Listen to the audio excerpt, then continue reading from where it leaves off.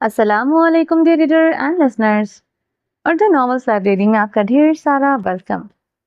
Atish Ishq an American monster by Sadiq Iqbal की second last episode लेकर हाजिर हुई हूँ। अगर आपने अभी तक मेरे इस चैनल को सब्सक्राइब नहीं किया तो जल्दी से अभी सब्सक्राइब कर दें, लाइक एंड शेयर करें और अपनी राय कमेंट बॉक्स में लाजमी दें। चलें वीडियो को स्टार्ट करते हैं।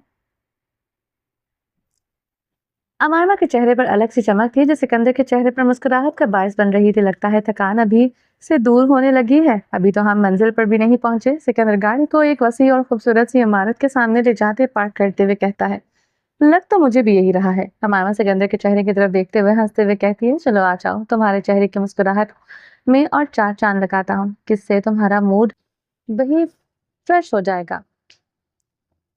सिकंदर अपनी सीट बेल्ट खोलते हुए कहता है और कहते ही गाड़ी से बाहर निकल जाता है। मायमा से बाहर देखते हुए अपनी सीट बेल्ट खोलती है कि सिकंदर इसके लिए गाड़ी का दरवाजा खोले इसकी तरफ हाथ बढ़ाए खड़ा था। मुझे प्रिंसेस प्रोटोकॉल देने के वाले हैं क्या? अमामा सिकंदर के हाथ में हाथ देते हुए पूछती है। नहीं। सिकंदर मायमा के सर पर हाथ रखकर से हिफाजत से गाड़ी से बाहर निकलते हुए बोला। फिर अमामा सिकंदर के सामने खड़ी होकर पूछती है, डोरेमोन प्रोटोकॉल देने वाला हूं मैं तुम्हें।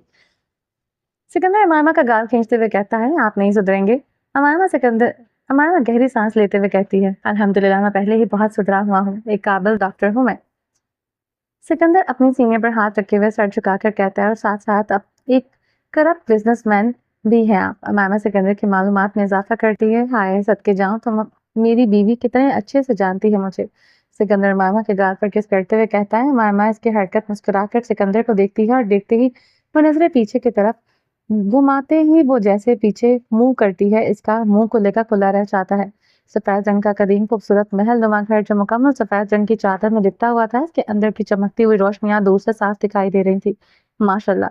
अमामा फटी आंखों से खुले हुए मुंह से इसकी महल नुमा घर को देखते हुए कहती है, सिकंदर ये घर किसका किसका है?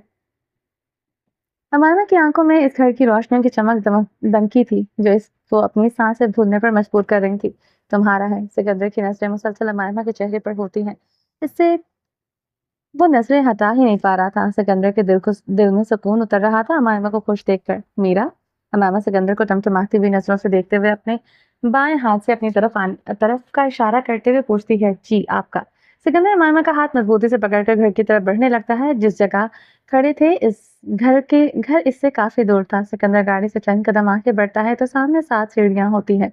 इन पर कदम रखते वो जैसे आगे बढ़ता है वो भी नजर लॉन में घुमाता है। सीढ़ियों से ऊपर एक बहुत ही बड़े लाइन में सीढ़ियों के बिल्कुल दरमियान में खूबसूरत सा फव्वारा लगा हुआ था जिसमें पानी निकल रहा था। इस पास के पूरे लॉन में एक किनारे में दरख्त अलग अलग किस्म के दरख्त थे।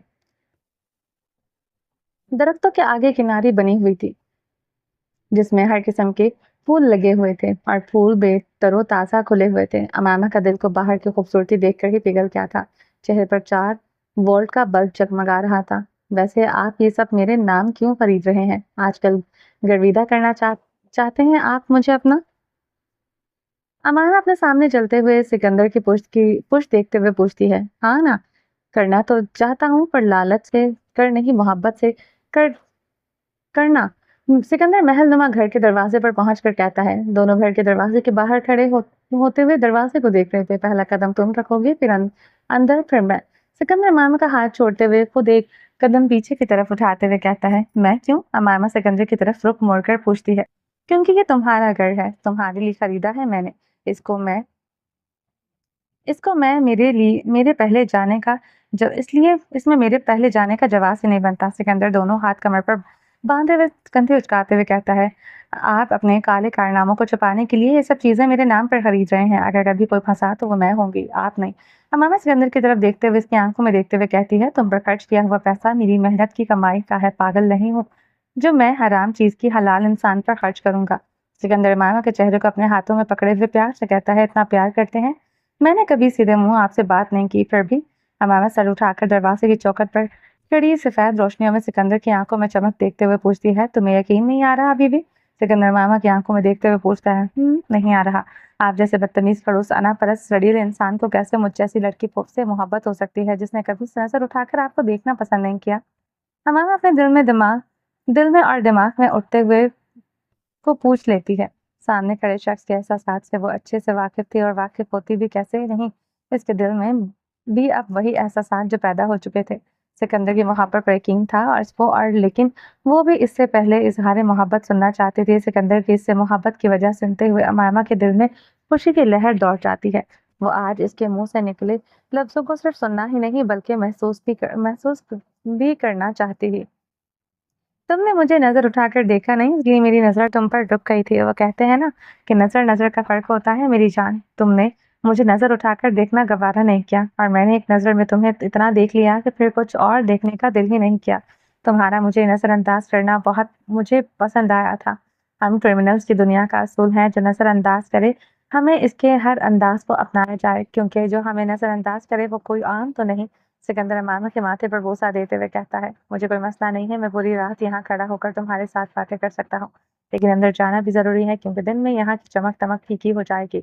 और सुकून और मज़ा इन रोशनियों में रात में कदम रखने का है। वो दिन के उजाले में कहाँ। सिकंदर अमामा का रुख दरवाजे की तरफ मोड़ते हुए कहता है, चलो अपने ज़ाती घर में रखो अपना पहला कदम और नाम दिल कर लो इसे अपने नाम दिल से।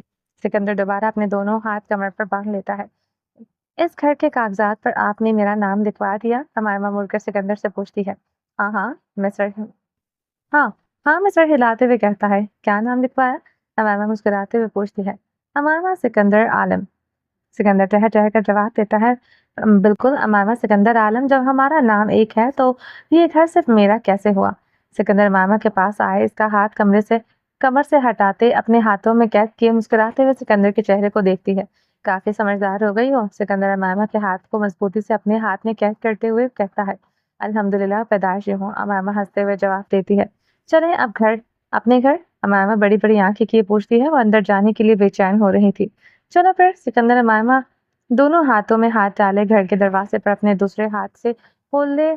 दोनों एक दूसरे दोनों एक साथ अपने इस खूबसूरत से नए से बंगले में कदम रखते हैं। दो ही कदम अंदर गए थे कि सिकंदर अमायमा को रोक देता है।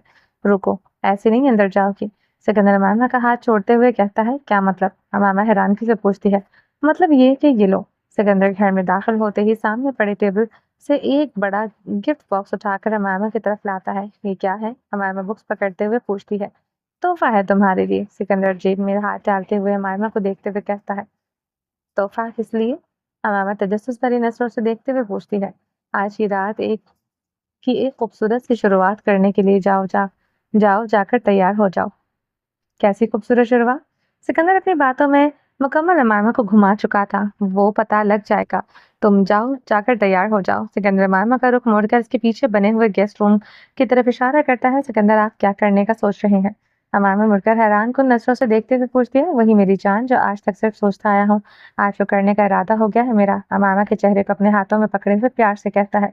आपके इरादे मुझे नेक लग रहे हैं सिकंदर। अमामा बड़ी बड़ी आंखें किए कहती है। खूबसूरत रातों में इरादा नेक रखकर गुनाह नहीं करते, ऐसी रातें तो गुनाह करने के लिए होती है। अमामा के चेहरे पर मुस्कुराहट बिखरी थी। सिकंदर की बात पर वो इसे जब्त कर लेती है।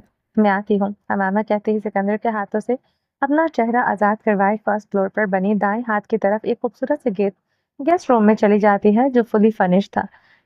निक भी आखिरकार अपनी मंजिल पर पहुंच चुका था। पहला इतना लंबा सफर इसने तय किया था, जिसको करने के बाद इसके चेहरे पर थकान नाम की कोई चीज भी नहीं थी। वो शुएब और बिनिश को अपने दुबई में होने का बताकर भी नहीं आया था। इसने अपनी मोहब्बत की कहानी को सिवाय मायमा के अलावा और किसी को भी नहीं बताया था, क्योंकि इसके हिस्से में कामयाबी आती है या नाकामी, वो जब तक मंजिल पर नहीं पहुंच जाता, वो इसे सिर्फ अपने अंदर कैद किए रखना चाहता था। दुबई पहुंचने से आधा घंटा हो चुका था। वो सीधा डेवल के होटल में अपने लिए रूम बुक किए वहां जाकर लेटते ही सो जाता है। डेवल की दुनिया के ज्यादातर मुल्कों में होटल्स और कसीनो थे, जो इसके आदमी ही संभालते हैं। इसे संभालने की जरूरत भी नहीं पड़ती थी। इसका नाम काफी था लोगों को दिन रात मेहनत से काम करवाने के लिए, और वह खुद सिर्फ इटली को ही देखता था। दुबई का एक खूबसूरत सा होटल जो ब्लू लाइट्स की रोशनियों में चमकता था। शीशे की बनी एक खूबसूरत सी इमारत, जो होटल के होने के साथ साथ रेस्टोरेंट भी था। नीचे एक बहुत बड़ा खूबसूरत सा रेस्टोरेंट बना हुआ था, जो तकरीबन 2 फ्लोर पर मबनी था। इसके ऊपर से होटल स्टार्ट हो जाता है। निक ने अपने लिए एक वीआईपी रूम बुक किया था, जिसमें से इस वक्त मुंह के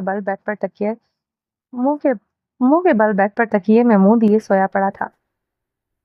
पैरों से शूज को उतार लिए थे, लेकिन सॉक्स उतारने से पहले ही वो नींद की गहराइयों में डूब चुका था। हीर पर पुरसुकून सी वजदान की बाहों में इसके सीने पर सर रख के सोई हुई थी। कुछ थकान की वजह से नींद थी और कुछ ड्रिप के जरिए से सुकून की दवाई की वजह से वो गहरी नींद में सोई पड़ी थी। फरजान की गहरी नींद में सोया हुआ, लेकिन करवट के लिए वो मुड़ने लगता है, इसकी आंख खुल जाती है। फरजान की आंखें भी नींद से भरी हुई थी। इतने दिन गुजर गए थे, किसी भी सुकून और सुकून सी नींद कहाँ नसीब हुई थी। फरजान थोड़ी सी आंख खोले अपनी बाहों में सोई हुई हीर को देखता है। वो देखते ही वो इसकी कमर पर हाथ रखे इसे खुद से दूर करता है। बेड से उतरकर वो नींद की हालत में हीर को बेड के दरमियान सीधा करके लिटाता है ताकि इससे दर्द में इजाफा ना हो जाए। फरजान को इसकी चोट का ख्याल अपनी नींद से भी होता है। ही को बेड पर लिटाते हुए इस पर अच्छे से कंबल उड़ाते फरजान वही बेड के पास पड़े स्टूल पर बैठकर हीर का हाथ अपने हाथ में पकड़े इसके हाथ पर डर डर टिका डर टिकाते वजदान दोबारा सो जाता है। वो ना इससे दूर जाता है और ना ही इसको दर्द में रहने देता है। खुद बेचैन हो जाएगा, लेकिन हीर के सुकून की इसे खुद से ज्यादा फिक्र थी। वो ना इससे दूर जाता है और ना ही इसको दर्द में रहने देता है। खुद बेचैन हो जाएगा, लेकिन हीर के सुकून की इसे उससे ज्यादा फिक्र थी। वरदान खुद थका हुआ था, लेकिन वो फिर भी हीर का हाथ नहीं छोड़ता है। इसके हाथ पर अपना सर टिकाए वो गहरी नींद में सो गया था। आज की तारीख में आ जाओगी या बाहर या नहीं। सिकंदर को अमामा का इंतजार करते हुए आधा घंटा हो गया था। वो इस दौरान मोबाइल पर गेम भी खेल चुका था, टहल भी चुका था और हाल की हर चीज का मुआयना भी कर चुका था। अमामा लेकिन अमामा कमरे से बाहर नहीं निकली थी। वो कमरे का दरवाजा लॉक किए ड्रेसिंग टेबल के सामने सिकंदर के दिए हुए गिफ्ट बॉक्स में इसके दिए हुए कपड़ों को पहनती है, या ये कहकर कह सकते हैं या फिर पहनने की कोशिशों में लगी हुई है होती है। सिकंदर के लाल चरक रंग के सिल्क की एक खूबसूरत सी साड़ी लाता है जो बिल्कुल सिंपल सी थी, पर साड़ी के कोनों पर एक बारीक सी गोल्डन कलर की किनारी बनी हुई थी जो इस साड़ी की खूबसूरती को बढ़ा रही थी। अमामा साड़ी की चोली पहनती हुई ड्रेसिंग टेबल के सामने खड़ी हुई, चोली इसके पेट तक की थी, जिसकी बैक बिल्कुल खाली थी। सिर्फ दो डोरियां थी जो इसकी चोली को बांधे हुए थी। आधी आधी साथी को तो वो पहन चुकी थी, लेकिन इसके बल इससे ठीक नहीं हो रहे थे। आधी साड़ी को तो वो पहन चुकी थी, लेकिन इसके बल इससे ठीक नहीं हो रहे थे। वो ड्रेसिंग टेबल के शीशे के अपने फोन से टेक लगाए हुए वीडियो को देखते हुए अमामा साड़ी पहन रही थी। साड़ी में वो उलझी हुई थी, लेकिन बाकी वो मुकम्मल तैयार हो चुकी थी। बॉक्स में से इसके तैयार होने बॉक्स में इसके तैयार होने जितना मेकअप का सामान, इसकी साड़ी के साथ मैचिंग ज्वेलरी और हील्स सब मौजूद थे। हमामा मुकम्मल तैयार थी, बस साड़ी के बल सेट करने में मसरूफ हुई पड़ी थी। आ रही हूँ मैं बाहर, क्यों हमेशा इतने बेचैन रहते हैं। तो मुझे बेचैन करके रखती हो, क्या करूँ मैं। सिकंदर मामा को बे, देखने के लिए बेचैन हुआ पड़ा था। चाहे जो भी हो जाए, वो जहांगीर से जितना मर्जी दूर रहा हो, लेकिन सिकंदर था तो जहांगीर का ही बेटा। दोनों बाप बेटे रहे दूर हैं, लेकिन दूस एक दूसरे से, लेकिन दोनों की ख्वाहिशात एक जैसी थी। जहांगीर बहया को ब्लैक कलर की साड़ी में पहली बार देखने को बेचैन था, और आज सिकंदर भी वही कैफियत थी। बस वो अमामा को अपने सामने साड़ी में देखना चाहता था। फिलहाल तो आप इंतजार करें, ये जितने मुश्किल कपड़े आपने मुझे ला कर दिए हैं, ये पहनूंगी तो आऊंगी। अमामा अपनी कोशिशों में कामयाब होने ही वाली थी। ये साड़ी के बल को तकरीबन सेट कर चुकी थी। मुश्किल कपड़े क्या होते हैं, कपड़े तो कपड़े होते हैं। सिकंदर दरवाजे से बाहर ही घूम रहा था और घूमते हुए कहता है, आपको पड़ते ऐसे कपड़े, फिर पता लगता आपको कि ये आसान होते हैं या मुश्किल। अमामा साड़ी के बलों को अच्छे से सेट किए गहरी सांस लेते हुए कहती है, अगर तुम चाहो तो मैं हेल्प कर सकता हूँ तुम्हारी, इन्हें पहनने में आ जाऊं अंदर में। सिकंदर दरवाजे से टेक लगाते हुए कहता है, जी आ जाएं। अगर मुझसे अपनी तारीफ के कसीदे सुनने का दिल हो रहा है तो अंदर आ जाए। अमामा साड़ी का पल्लू सेट करते हुए कहती है, ठीक है मैं नहीं आता, अगर 5 मिनट में तुम बाहर न निकली तो मैं अंदर आ जाऊंगा। सिकंदर के सब्र का पैमाना लबरेज हो चुका था। शर्म करे सिकंदर। अमामा दरवाजे को घूरते हुए कहती है, शर्म वाली क्या बात है, तुमने 1 घंटा लगा दिया है इसको पहनने में, जबकि मुझे 1 मिनट नहीं लगेगा इसको उतारने में। सिकंदर दरवाजे से दूर होता दोनों हाथ कमर पर रख के दरवाजे को देखते हुए कहता है, आ रही हूँ बाहर या नहीं। सिकंदर सब्र करते करते अब थक गया था। वो गुस्से में दरवाजे को घूरते हुए पूछता है, 5 मिनट तो पूरे होने दें, आ जाऊंगी मैं बाहर। सिकंदर के लहजे में अमामा को साफ महसूस हो रहा था, लेकिन इस अमामा सिकंदर को मजीद तपाने के फुल मूड में थी। 5 मिनट हो गए हैं, आ जाओ बाहर, टाइम खत्म हो जाएगा, सब हो जाएगा, फिर बाहर आ जाओगी।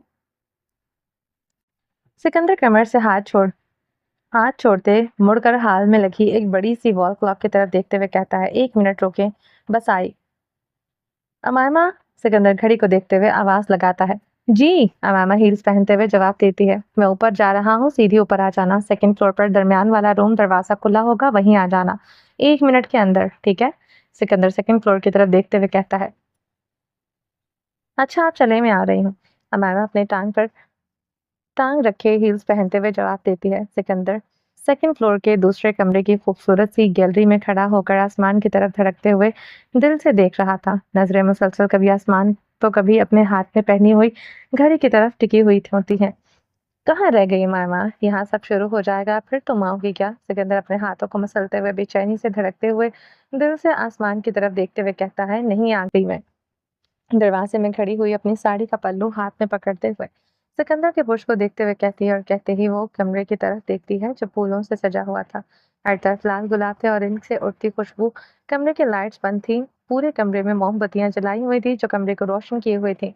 अमाना कमरे से नजर हटाकर सिकंदर की तरफ देखती है और मजबूती से अपने हाथ में साड़ी का पल्लू पकड़ लेती है। शुक्र है, कहते हुए सिकंदर कहते हुए जैसे ही मुड़ता है, लाल तुर्क रंग की साड़ी में अमायमा को खुद को देखकर वो भी खामोश सा अमायमा का चेहरा और चेहरे से नजर हटाकर इसको सर से पैर तक लाल साड़ी में देखते ही वो देखता रह जाता है। लाल सिर्फ साड़ी जिसकी बाजू नहीं थी, कंधे पर कनी सी थी, और फिर कमर पर इसके किनारे की डोरियां बंधी हुई थी। गोल्डन कलर का सॉफ्ट सा मेकअप किए हुए गालों पर हल्का हल्का सा लाल रंग में रंगे, आंखों पर लाइट मेकअप किया हुआ था, तो होठों पर डार्क रेड लिपस्टिक से लगाए हुए, कानों में झुमके पहने हुए, गले को सोना छोड़कर अमामा कमरे को डेकोरेट देखकर अपनी नजरें झुका लेती है।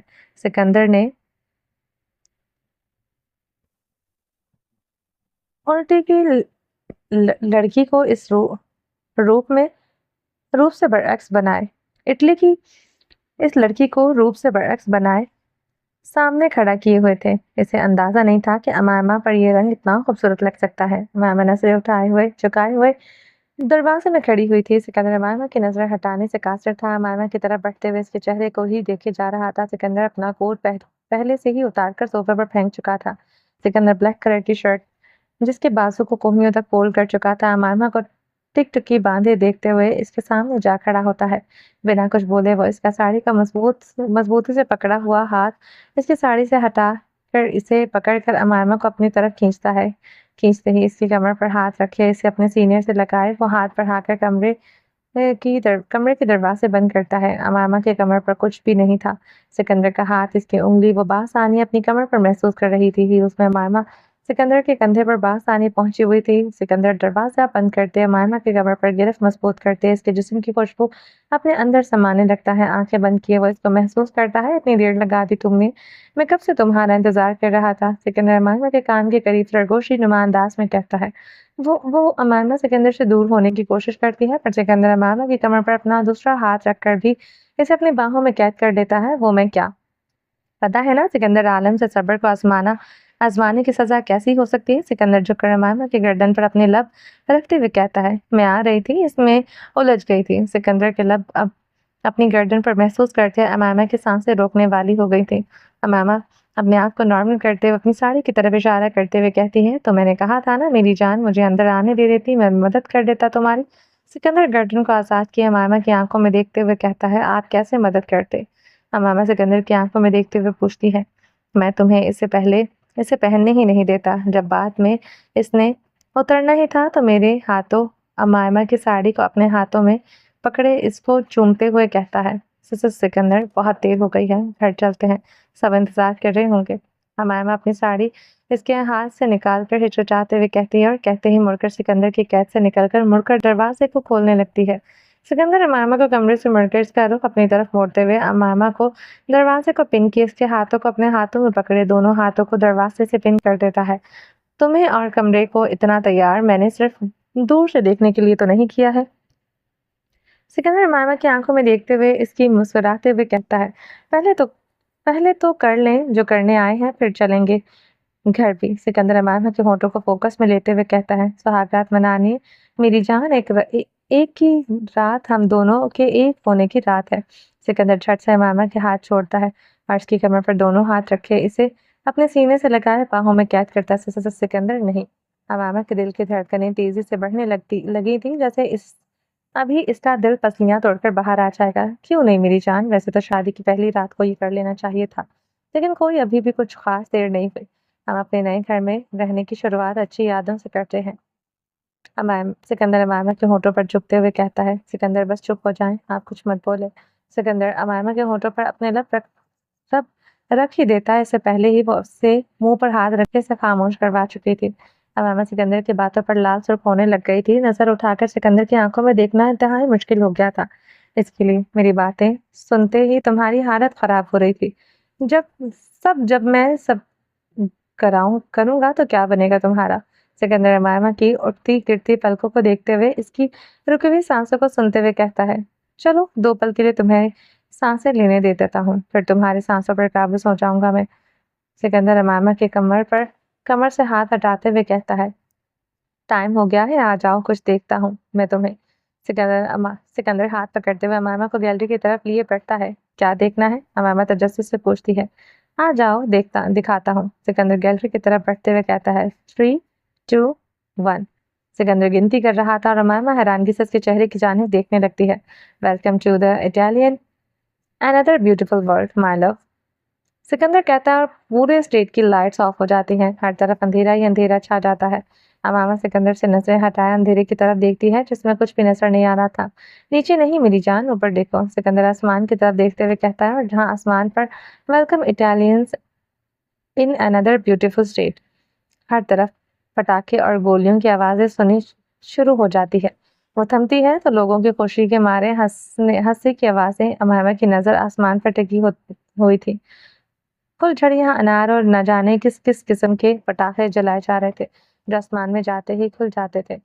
हमायमा के चेहरे पर मुस्कुराहट छा जाती है। इसने जिंदगी में पहली बार ऐसा मंजर देखा था। कैसा लग कैसा लगा मेरी बीवी के लिए मेरी तरफ से पहला तोहफा। सिकंदर मामा के पीछे आए, इसके पेट के गिर्द बाजू का हिसार बांधे, इसे अपनी बाहों में कैद करते आसमान की तरफ देखते हुए पूछता है, बहुत अच्छा, पर ये सब क्यों हो रहा है?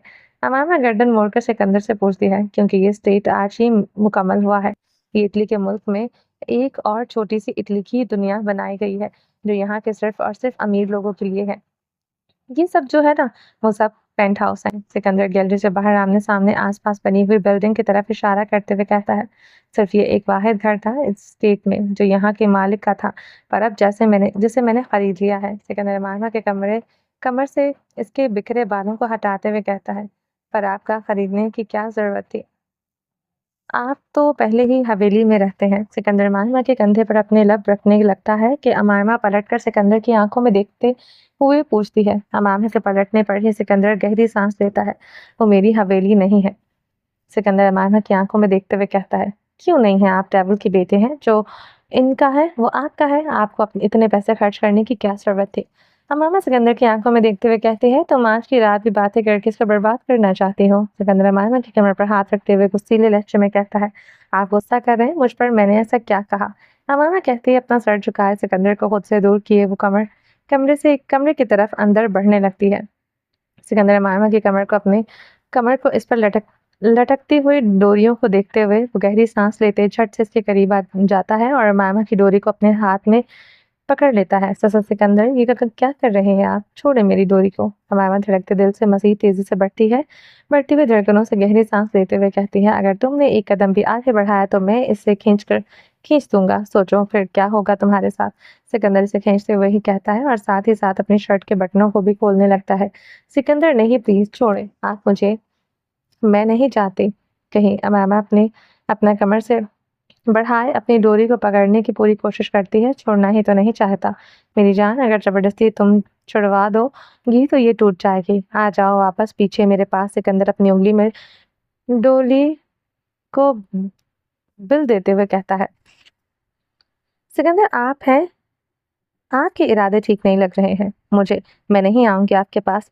अमामा अपने दिल पर हाथ रखते हुए अपनी आंखें मीचते हुए कहती है, इरादे तो मेरे वाकई में ठीक नहीं है मेरी जान। अगर तुम नहीं आई तो मैं आऊंगा, और अगर मैं आया तो आज तुम्हें छोड़ूंगा नहीं। तुम्हें जितनी मेरी शिद्दतें बर्दाश्त करनी है, अभी इससे भी दोगुना तुम्हें तड़पाऊंगा मैं। सोच लो, आओ मैं आऊँ तुम्हारे करीब या तुम आ रही हो?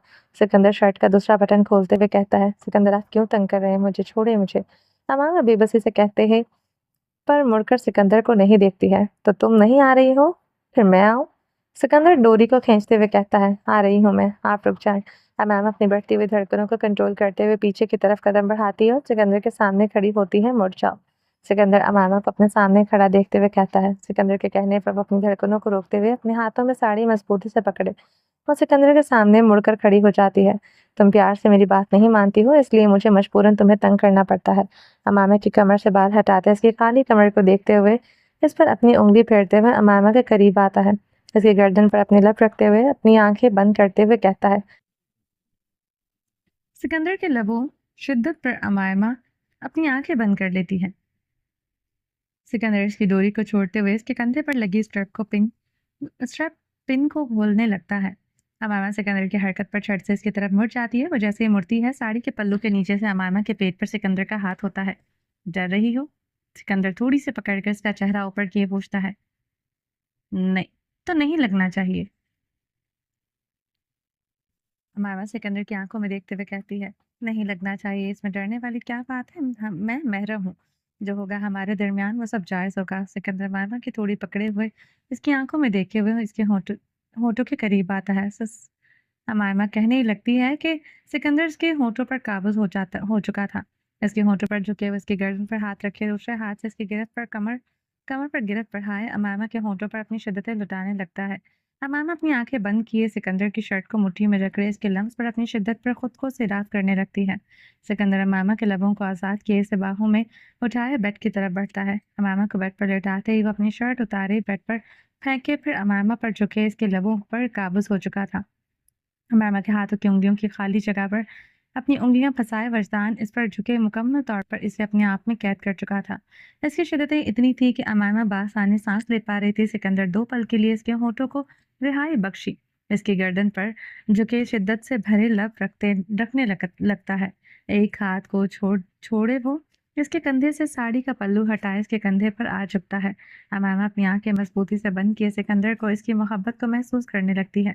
सिकंदर कंधे से हटते दोबारा उसके होठों की तरफ झुकने लगता है कि अमायमा की बंद आंखें देखकर वो रुक जाता है। आंखें खोलो अमायमा और मुझे देखो। सिकंदर इस पर झुके हुए अमायमा को मुकम्मल तौर पर अपने हिसार में लिए हुए कहता है।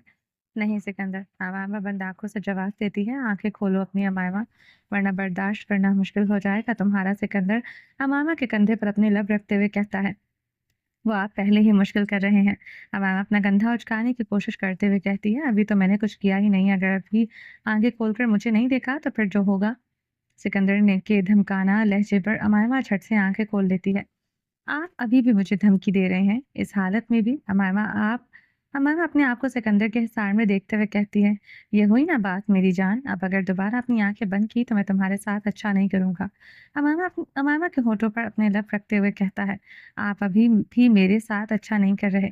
अमामा सिकंदर से नजरें हटाते हुए कहता है, हाय मेरा बच्चा, इतनी सी बात पर नाराज हो गए तुम मुझसे? गुस्सा मत करो मेरी जान, रोमांस करो और मुझे भी करने दो, बाकी की लड़ाई हम कल करेंगे। सिकंदर कहते हैं अमामा के कंधे से पल्लू मुकम्मल तौर पर हटाते इस पर मुकम्मल काबू हो चुका था। सिकंदर, आप बहुत बुरे हैं। अमामा सिकंदर के बालों में हाथ रखते हुए कहती है, अभी तक तो बुरा नहीं बना मैं तुम्हारे लिए, लेकिन अब बहुत बुरा बनने का बनेगा। मैं तुम्हारे लिए याद रखूंगी आज की रात हमेशा। तुम सिकंदर के कहते हुए अमामा के होठों पर झुके इस पर अपनी शिद्दतें निछावर करने लगता है। अमामा भी खुद को इसकी मोहब्बत में इसकी शिद्दत में खुद को सैराब करने लगती है। सिकंदर की मोहब्बत पर वो खुद को पुरसुकून करते इसकी मोहब्बत में खोने लगती है। एक नई सुबह का आगाज हो गया था। सब लोग पुरसुकून हुए अपनी नींदें पूरी कर रहे थे सिवाय वरदान के। सोता वो गहरी नींद में रहा था, लेकिन इसकी इसी तरह बैठे बैठे कमर अकड़ गई थी। स्टूल पर हीर के हाथ पर सर रखे वो गहरी नींद में सोया पड़ा था। हीर की आंख खुल गई थी। वो अपने सामने बैठे सोए हुए वजदान को पुरसुकून सा सोता देखकर गर्दन टेढ़ी किए वजदान को देखती रहती है। अपना बायां हाथ वो अभी इसके बालों में चलाने ही लगी थी कि वजदान की आंख खुल जाती है। वजदान झट से सर उठाकर हीर को देखता है। ठीक हो तुम? वजदान हीर का दूसरा हाथ भी अपने हाथों में पकड़े नींद से भरी नजरों से धुंधला कर देखते हुए पूछता है, जी ठीक हूँ मैं, पर आप? हीर कहती, है कि वरदान इस पर झुके इसके गर्दन में अपना मुंह छुपा लेता है और अपनी आंखें बंद कर लेता है। हीर भी वरदान को बाहों में कैद किए इसकी कमर पर हाथ फेरने लगती है। खाना ले आओ गुड़िया। वरदान हीर के गर्दन पर लब रखते हुए कहता है, आपको नींद आ रही है अभी? हीर इसकी बात का जवाब नहीं देती। वो खुद सवाल पूछती है, नहीं, मैं ठीक हूँ, मुझे नींद नहीं आ रही है। वरदान हीर से दूर होते हुए कहता है, आप सो जाएं। हीर वरदान के लिए बेड पर जगह बनाते हुए कहती है, मुंह धोएगा, आंखें खुल जाएंगी, तुम मेरी टेंशन मत लो, मैं ठीक हूँ। मर्दान वापस स्टूल पर बैठते हुए कहता है, मर्दान मुझे थोड़ी सी ही चोट लगी है, आप ऐसे भाग क्यों रहे हैं मुझसे? आपको क्या लगता है कि मैं अपाहिज हो गई हूँ इसलिए ऐसा कर रहे हैं? हीर को इसकी दूरियां, इसकी बेरुखियां लग रही थी, जबकि वो इसकी फिक्र में कर रहा था। ऐसे क्यों कह रही हो, तुम ठीक हो? बस सिकंदर ने कहा था कि एहतियात की ज़रूरत है, तो मैं बस इसीलिए। मर्दान कहते कहते खामोश हो जाता है। मैं अभी तो कह रही हूँ, मैं ठीक हूँ, ऐसी चोट मुझे पहली बार तो नहीं लगी है। आप और भाई इसको मेरी बहुत बड़ी चोट बना रहे हैं। हीर उठकर बैठते हुए कहती है, आराम से। मर्दान इसकी कमर पर हाथ रखते हुए फिक्रमंदी से कहता है, उफ वरदान, बच्ची नहीं हूँ मैं। गहरी सांस लेते हुए वरदान के चेहरे की तरफ देखते हुए कहती है, हरकतें भी ना करो बच्चों वाली फिर तुम। वरदान हीर की कमर के पीछे तकिया सेट करते हुए कहता है, मैं करती भी नहीं। कहते हुए हीर की नजर इसके होठों पर जा टिकती है। बाबा ने हाथ क्यों उठाया था आप पर? हीर होठों को देखते फिर वरदान की आंखों में देखते हुए पूछती है, बताया तो था कि बेटी का इतना अच्छा ख्याल रखा है, इसका तोहफा था ये। वरदान साइड टेबल से पानी की बोतल लिए से खोलते हुए कहता है, जवाब दे दिया आपने इनका इसका इनको? हीर वरदान गर्दन मोड़कर वरदान को पानी पीता देखते हुए बोली, क्यों, तुमने लड़ना है मेरे लिए? वरदान पानी की आधी बोतल पीकर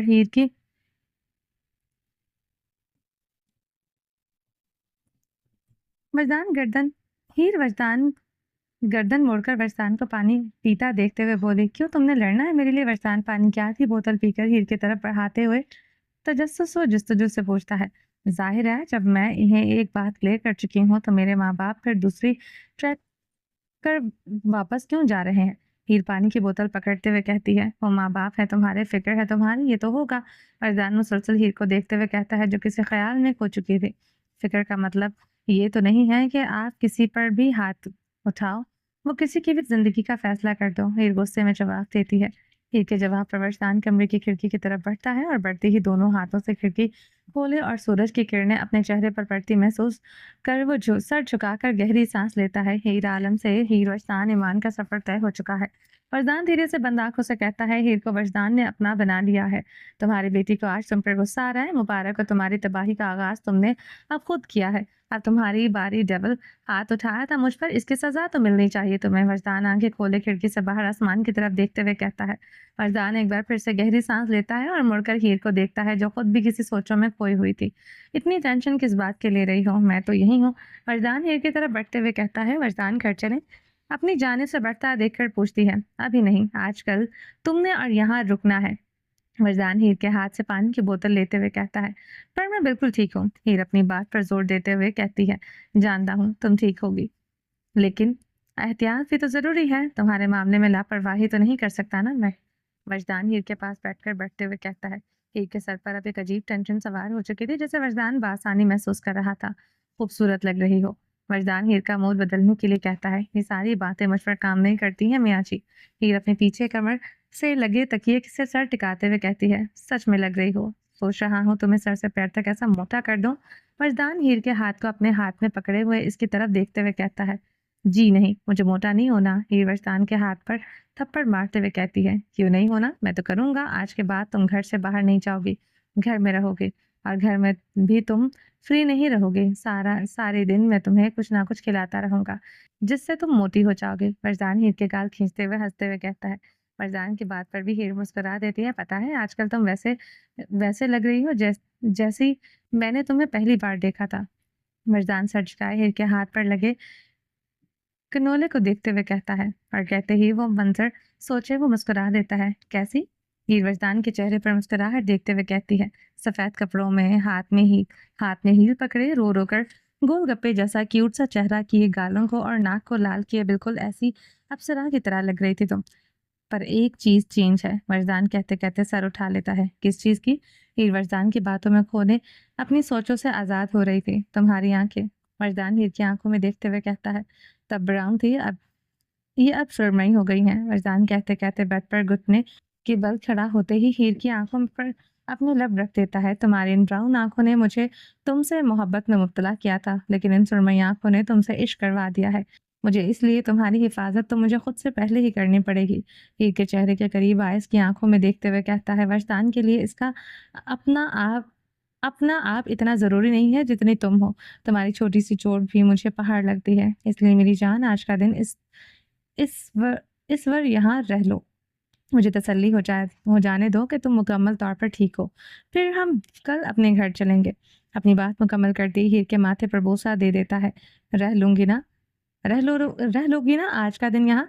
वरदान हीर की आंखों में देखते हुए कहता है, जो एक तरह से इसे अपनी बातों में उलझाकर मजबूर कर चुका था। दूसरी तरफ वो इसे इजाजत ले रहा था। रह लूंगी। हीर हाँ में सर हिलाते हुए जवाब देती है। शुक्रिया। तुम फ्रेश हो जाओ, मैं खाना लेकर आता हूँ। वरदान एक बार फिर माथे पर बोसा देते हुए कहता है और कहकर बाहर की जानिब बढ़ने लगती है। हीर वरदान को जाता देखकर हंसते हुए अंगड़ाई लेती है और लेते हुए वो बेड से उतरकर वॉशरूम में चली जाती है। मेरे ससुर पर नजरसानी करने का वक्त आ गया है। कहाँ है वो इस वक्त? वरदान अस्पताल से बाहर निकलते हुए अली के हुक्माना अंदाज में पूछता है। ऑफिस में। फोन की दूसरी तरफ से जवाब आता है। बहुत खूब, गार्ड्स को अस्पताल भेजो और मेरी गाड़ी लेकर आओ। मॉन्स्टर कुछ दिन इश्क माशूकी में क्या पड़ गया है, इसको सबने कमजोर ही समझ लिया है। गाड़ी लेकर वो मेरे कपड़े लेकर पहुंचो वहां। और हाँ, मजदान पार्किंग एरिया की तरफ बढ़ते हुए रुककर सड़क पर नजरें घुमाए देखते हुए कहता है। जो क्लाइंट्स कल आए थे इनसे राब्ता करो, मुझे दोबारा मिलना है इनसे। मजदान हुक्माना अंदाज में कहता है और कहते हुए सामने से आती ही टैक्सी को रोकने का इशारा करता है। मजदान कहते ही फोन कॉल बंद कर देता है और गाड़ी में सवार वो होटल से बाहर निकल जाता है। Boss, Marjan is out from the hospital. His wife is alone there. What should we do? Kill her. मर्जान को टैक्सी में जाता देखकर वही पार्किंग एरिया में ब्लैक कलर की बड़ी सी गाड़ी में 6 लोग सवार मर्जान पर नजरें जमाए हुए सुसैन को इसकी हर हरकत को बताते हैं। No, don't kill her, just take her here. Phone speaker पर होता है जिसकी आवाज़ गाड़ी में मौजूद हर शख्स को सुनाई देती है। Okay boss.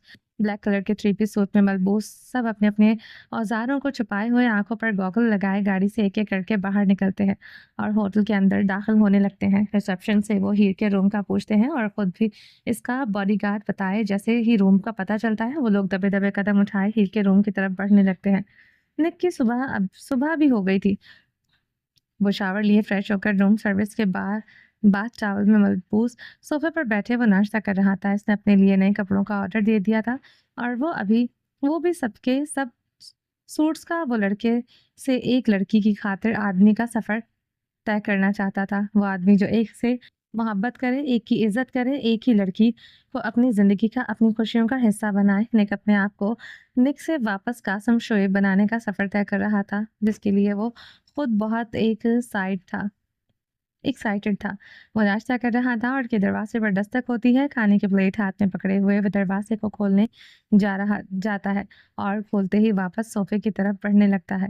इसके लिए वो दुबई के फेमस ब्रांड के कपड़े दुबई के फेमस ब्रांड के कपड़े, जूते, घड़ियां, कफलिंग्स, हर चीज इसके सामने हाजिर हो जाती है। Sir will hope you like that all. If you want anything please let us know. Thank you. वो लड़के और लड़कियां सारा सामान लेकर आती हैं और कमरे में सामान अलमारी में सेट किए वो जाते हुए कहती है थैंक यू। निक भी सीरियस फेस के साथ कहता है। इसके बाद सुनते ही वो तीनों अपना सामान लिए रूम से बाहर निकल जाते हैं। इनके जाते ही निक सोफे से आठ उठ घुटने खड़ा होता है। चलो निक, कासिम बनने का वक्त आ गया है तुम्हारा। निक अलमारी की तरफ बढ़ते हुए कहता है। आईना बीबी, क्या क्या करवा रही हो तुम मुझसे? निक अलमारी में कपड़ों को देखते हुए कहता है और कहते ही अपने लिए ब्लैक कलर का 3 पीस सूट निकाले, घड़ी निकाले, कफलिंग्स और शूज निकालता है। वो सब बेड पर रखे हुए तैयार होने लगता है। कुछ ही देर में वो तैयार हुए ब्लैक कलर के सूट में मलबूस इसका कोट बेड पर पड़ा हुआ था। ड्रेसिंग टेबल के सामने खड़े होकर एक बाजू में वो कफलिंग्स लगा रहा था और दूसरा कफलिंग घड़ी के पास ड्रेसिंग टेबल पर पड़ा हुआ था। आज ही इसने अपना चेहरा क्लीन शेव किया था। बालों को जेल से सेट किए हुए वो पुरकशिश आंखों में किसी को देखने की ख्वाहिश को सिर्फ आंखों में ही नहीं, इसके चेहरे पर भी दिखाई दे रही थी। आयना को बस वो अब अपने सामने देखना चाहता था। दूसरी बाजुओं का कफलिंग्स बांधे वो हाथ में घड़ी पहनते हुए मुड़कर अपना कोट उठाए, ड्रेसिंग टेबल से अपना फ़ोन उठाकर कोट की जेब में डाले। अपने रूम को कार्ड से लॉक किए एक बिजनेसमैन की तरह वो चेहरे पर संजीदगी सजाए हुए वो लिफ्ट की तरफ बढ़ता है और कुछ ही देर में वो फर्स्ट फ्लोर पर पहुंच जाता है। ज- जिस तो वो होटल से बाहर निकल तो वो होटल से बाहर रहा था, लेकिन रुक कर वो रेस्टोरेंट की तरफ बढ़ता है। निक शीशे के साथ वाले टेबल पर बैठे हुए वेटर का इंतजार कर रहा था। Hello sir, what do you want? Black colour के जीन्स शर्ट पहने हुए लड़का सामने पेट पर रेस्टोरेंट के लोगों का एप्रन पहने हुए हाथ में है आई हाथ में आईपैड पकड़े हुए वो ऑर्डर लेने के लिए खड़ा हुआ था। Ice americano.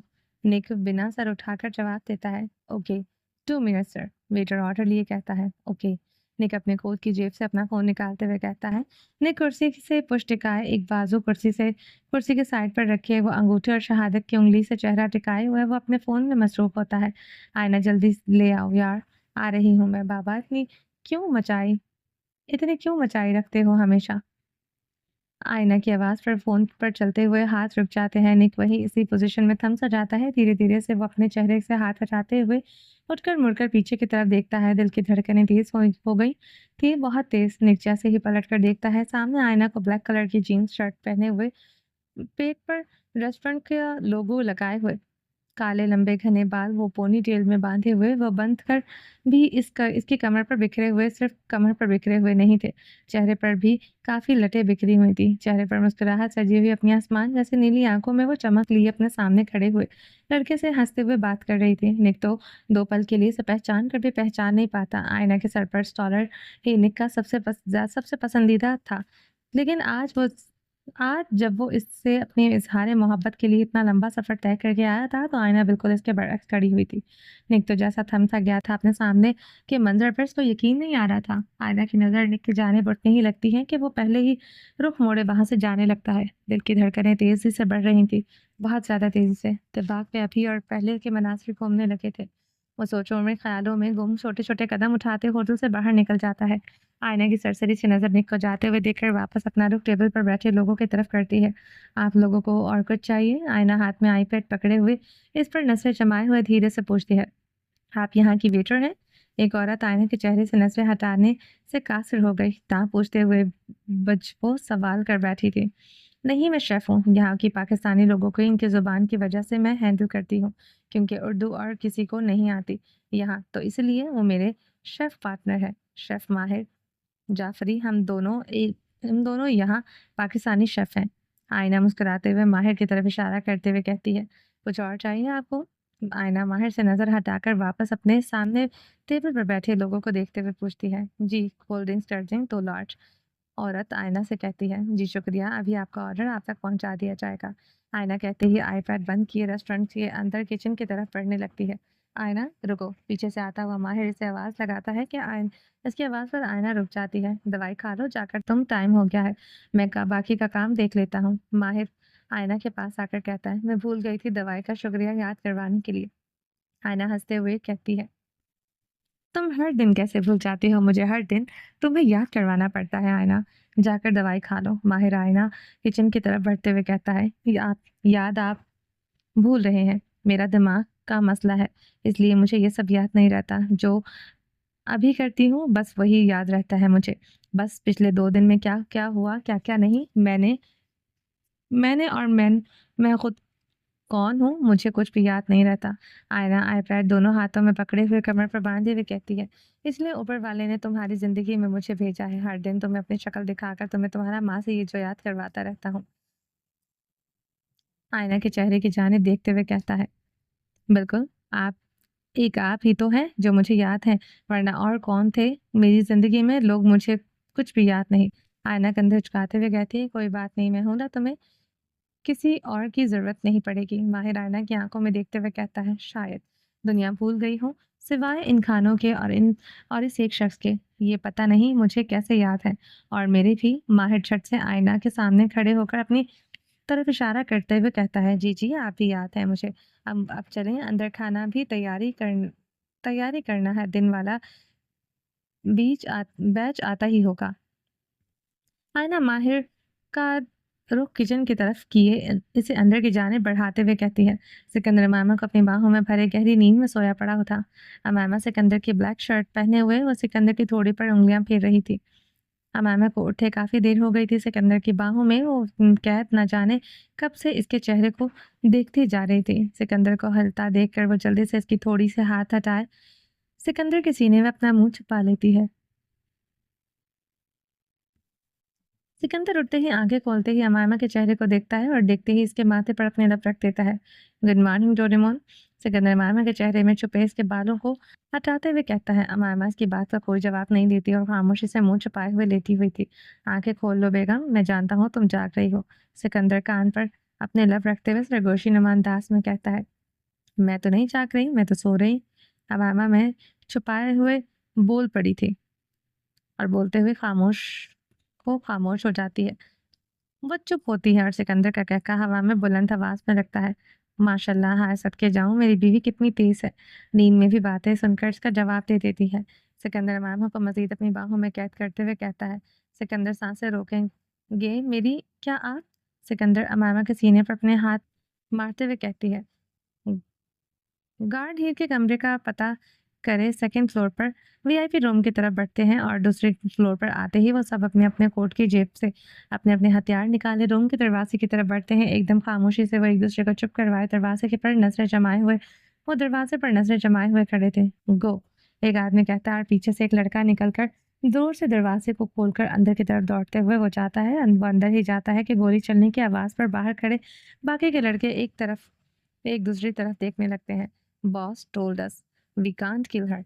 सबके आगे खड़ा शख्स पीछे खड़े लोगों को देखते हुए बोल कहता है। Did he really kill her?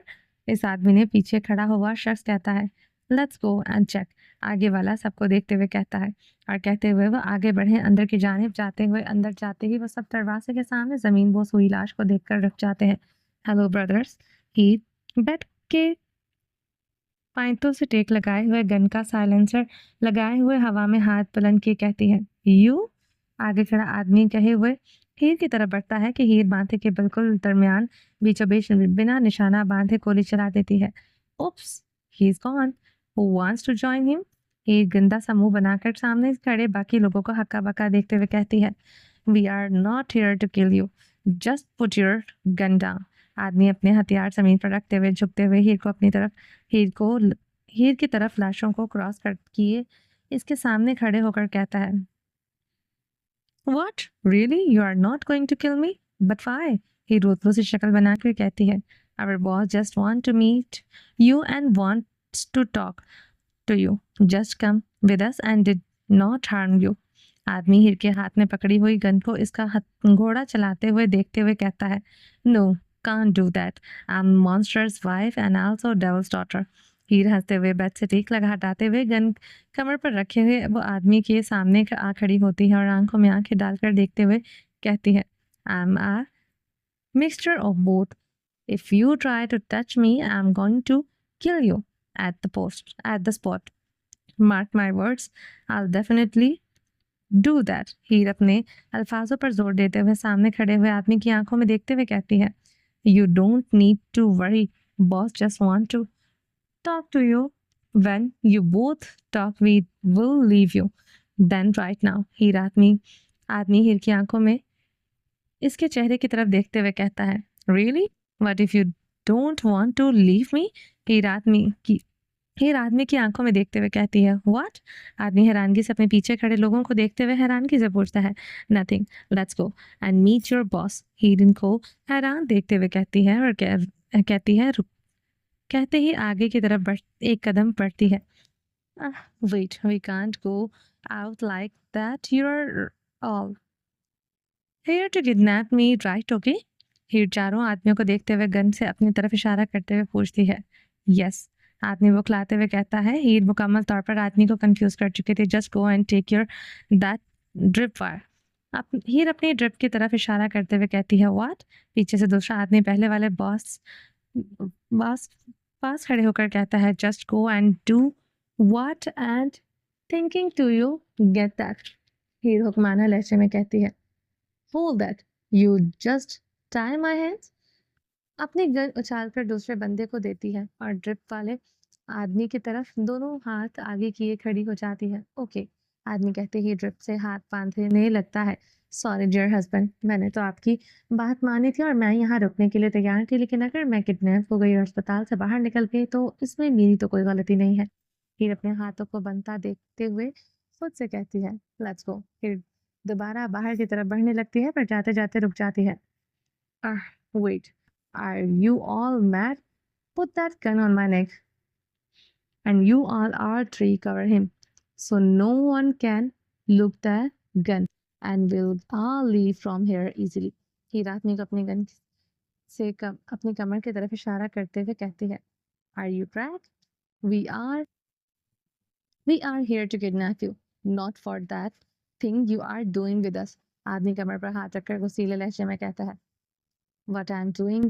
You all want to make it nap, but you can't do that because I'm also a lady gangster. I know how and when to free from your hands. Okay, you can't kidnap me because you want. You can kidnap me when I want. ही भी गुस्सेले लहजे में सख्त नजरों से देखते हुए कहती है Why are you all wasting your time? You want to fight with my husband?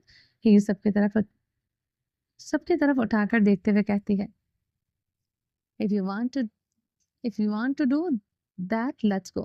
हीर हंसते हुए कहती है और आगे की तरफ बढ़ने लगती है You are all crazy. आदमी हीर को जाता देखते हुए कहता है Yes, I am, but just for my mom and other.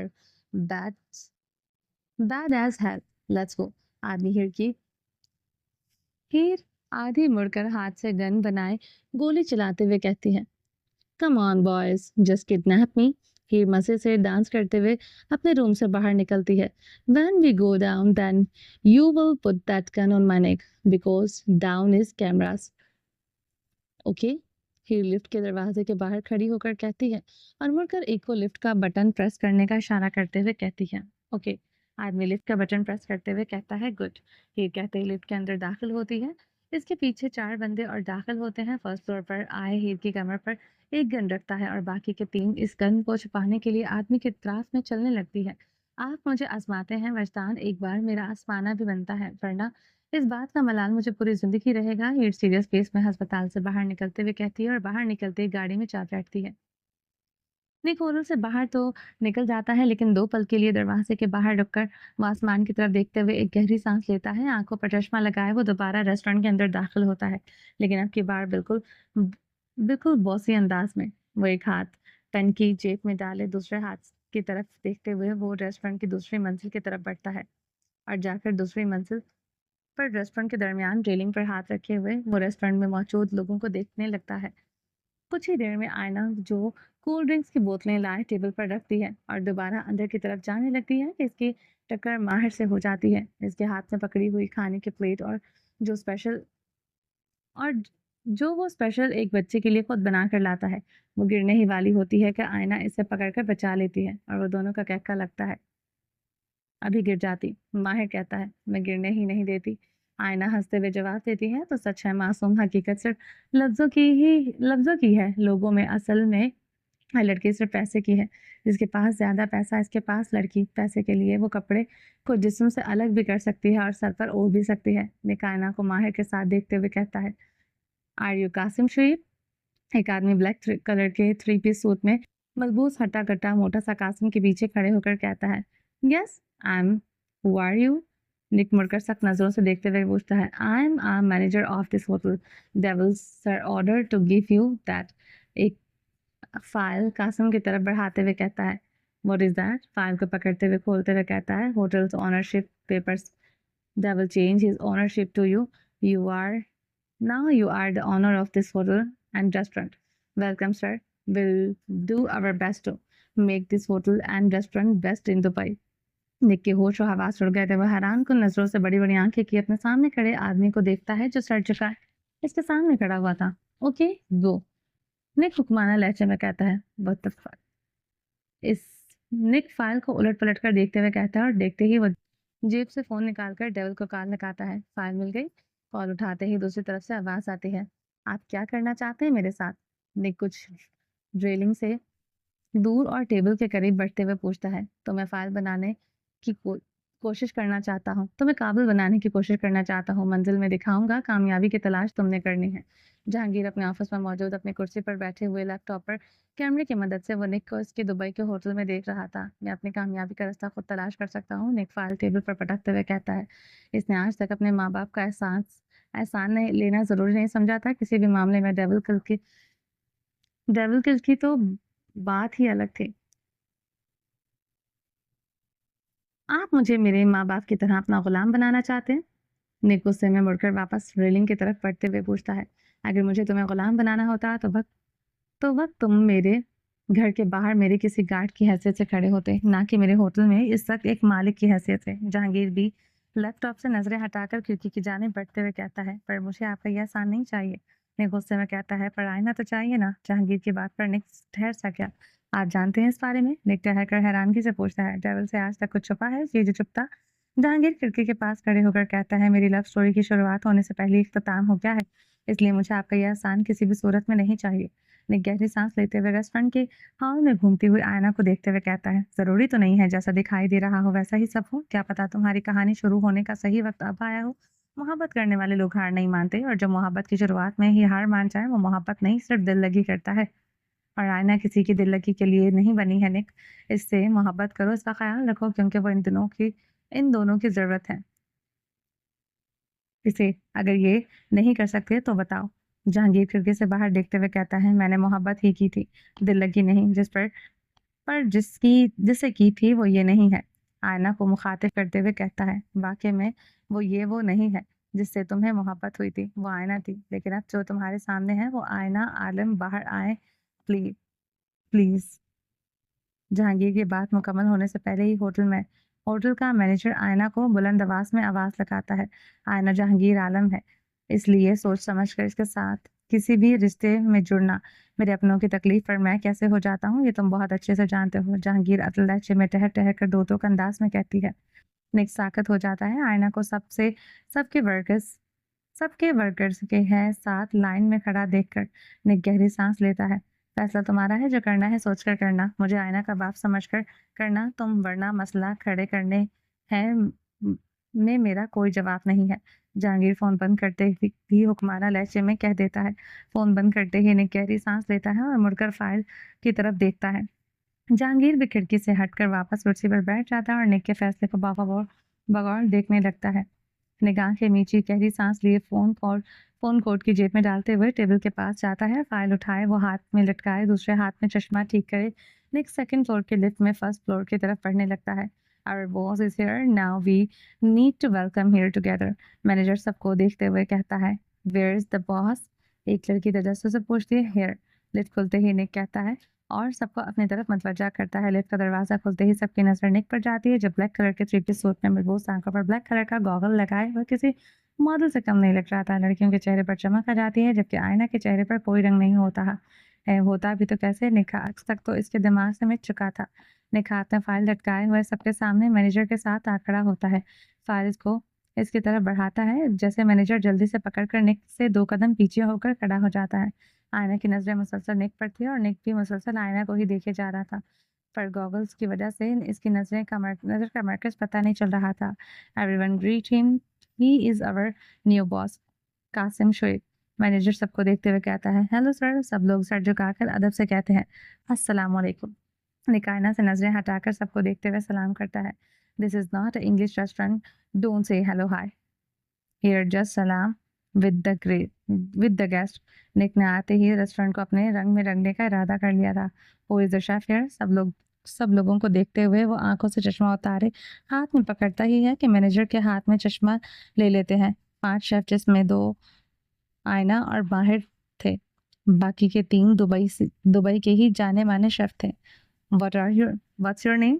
निक कमर पर हाथ बांधे रेस्टोरेंट का मुआयना करते हुए कहता है, अरीब, हेजल, सैम, माहिर जाफरी, आयना जहांगीर आलम।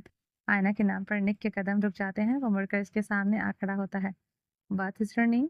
निक आयना उसके सामने चंद कदम के फासले पर खड़े होकर पूछता है। आयना जहांगीर आलम। आयना निक की आंखों में देखते हुए जवाब देती है। निक हंस पड़ता है। इसके बाद पर तो खुद के साथ साथ बाप का नाम भी बदल लिया है। निक सर झुकाए तंजिया लहजे में धीरे से कहता है, बाप का नाम बदलने वाली चीज नहीं होती है, वो एक ही होता है। आयना निक की बात सुन लेती है।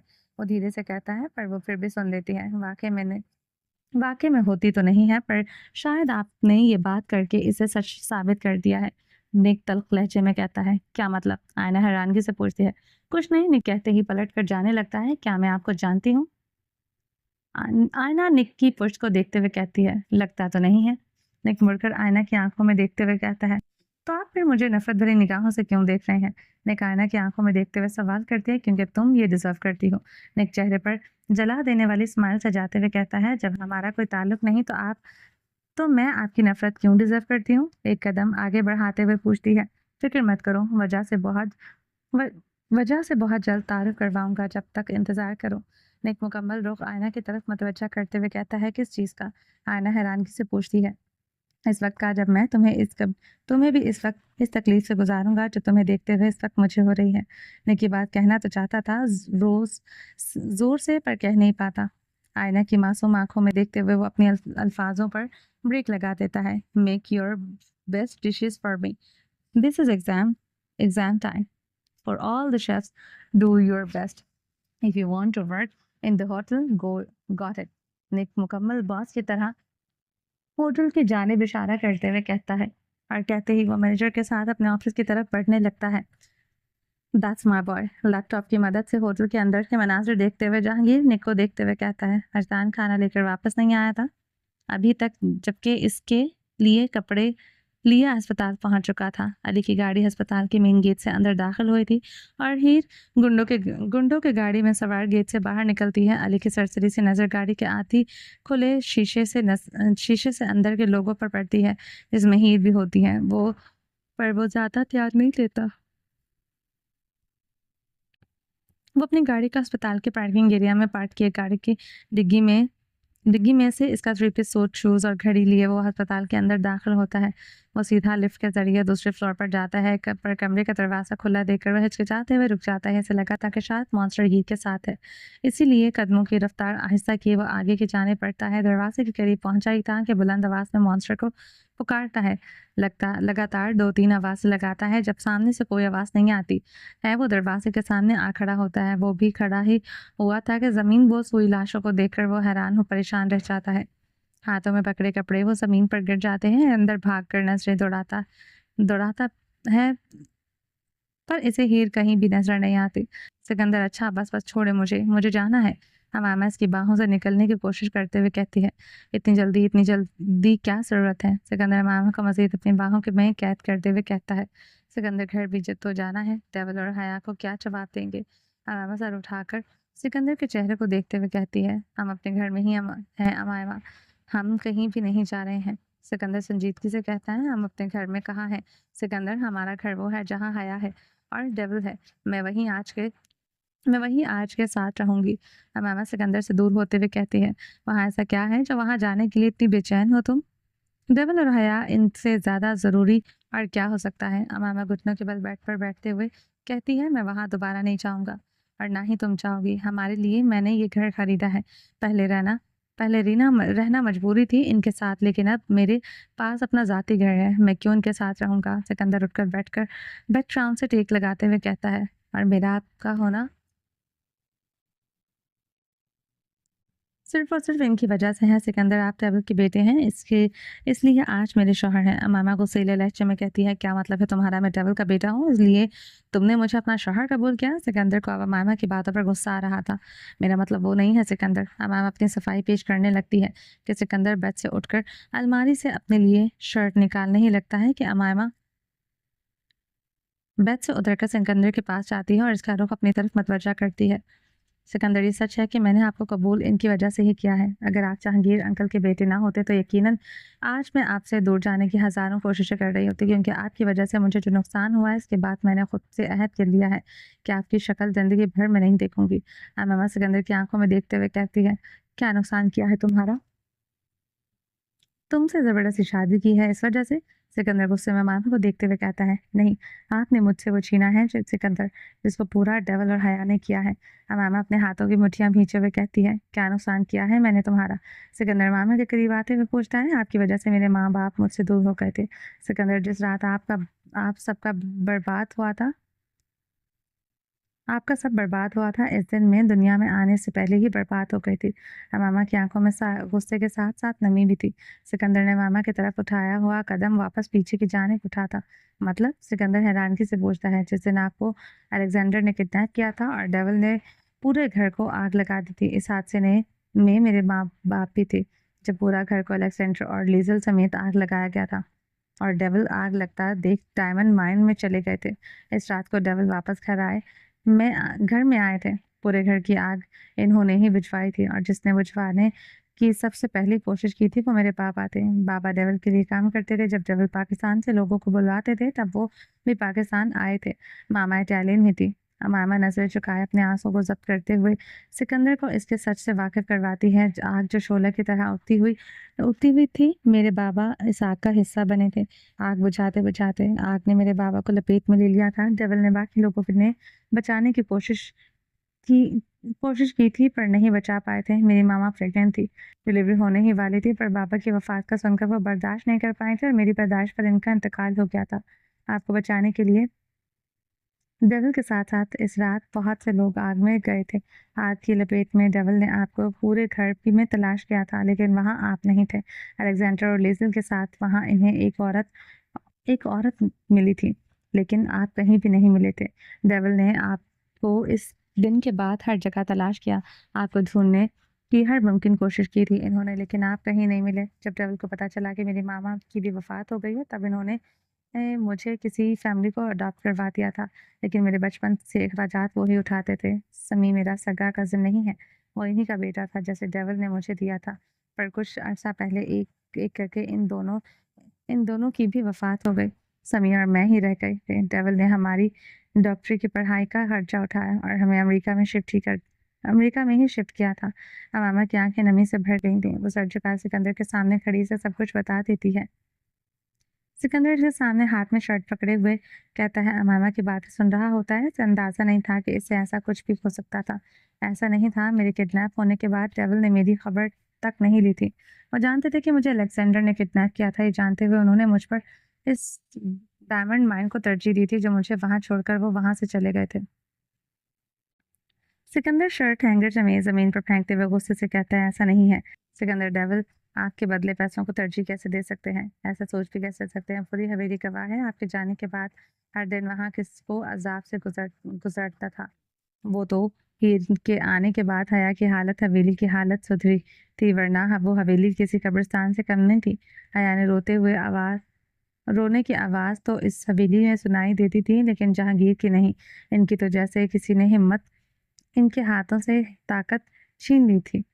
वरना तो वो बोलते थे, ना हंसते थे, ना इन्हें अपना कोई पूछता। मैंने आपकी तरह ज्यादा वक्त नहीं गुजारा है इनके साथ सिकंदर, लेकिन कम वक्त में भी मैंने इन्हें इतने अच्छे से समझ गई थी कि जो अपने काम करने वाले की बेटी का इतना ध्यान रख सकते हैं, क्या इसे अपने बेटे का एहसास नहीं होगा? क्या वो आप पर पैसों को कभी तरजीह दे सकते हैं? ये सोच भी कैसे लिया आपने? सिकंदर की हालत निढाल होती जा रही थी। इसने जो तसव्वुर भी नहीं किया था, वो बातें आज इसके सामने रखी जा रही थी। तुम झूठ बोल रही हो अमामा, वो वहां नहीं आए थे। इन्होंने मुझे बचाने की एक भी कोशिश नहीं की थी। सिकंदर गहरी सांस लेते हुए अपने बालों में हाथ फेरते हुए वो गैलरी की तरफ बढ़ता है। गैलरी से खड़ा होकर वो अपनी आंखें बंद किए इन मंजर को अपनी आंखों के सामने देखने लगता है। मैं आपको ये सब दिखा भी सकती हूँ। सिकंदर, में झूठ नहीं बोल रही। डेविल आए थे। वो खुद भी आज तक इस वक्त में कैद थे, जहाँ आपको अनजाने में इस आग ने जलने के लिए छोड़ आए थे। आप इनकी गैर मौजूदगी में किडनैप हुए थे। जब तक इन्हें पता चला था, बहुत देर हो गई थी। इस घर में आपको नहीं मिले थे।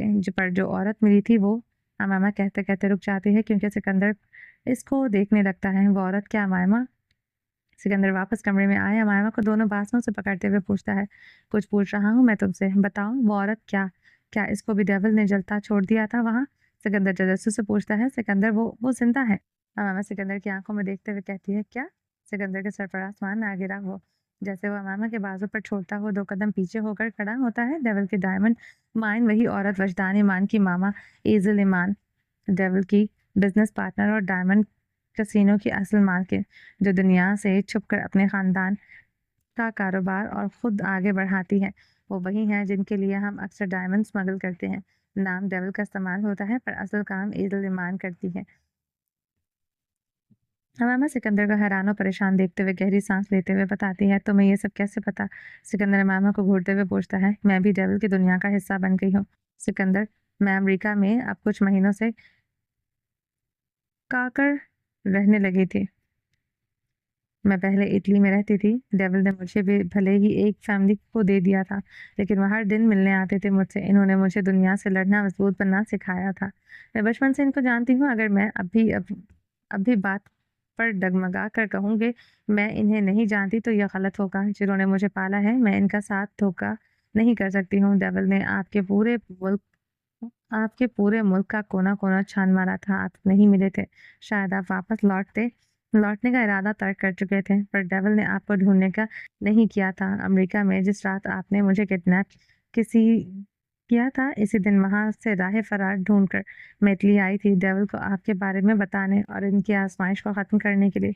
हमामा सिकंदर के चेहरे की तरफ देखते हुए एक-एक बात आज सच-सच कहती जा रही थी, पर मुझे जो बताया गया था वो इसके बरक्स था। इज़्ज़त-ए-ईमान मर चुकी थी मेरे बाप की वजह से। मेरे बाप ने इस घर को आग लगाकर मुझे और इस औरत को वहाँ चलने के लिए छोड़ दिया था। सिकंदर अमामा के चेहरे को अपने हाथों में पकड़े हुए गहरी सांसें लेते हुए कहता है, सिकंदर, आपको अब भी यकीन नहीं हो रहा मेरी बातों पर? अमामा अपना रुख दूसरी तरफ मोड़ते हुए कहती है, एक काम करें, आप इज़्ज़त-ए-ईमान से खुद खुद खोकर मिल लें। आप आपको सच पता चल जाएगा कि डेविल वाक़ई में डेविल है या नहीं। हमामा सिकंदर की आंखों में देखते हुए कहती है, मैं मिलूँगा, इसके बाद ही कोई फ़ैसला करूँगी।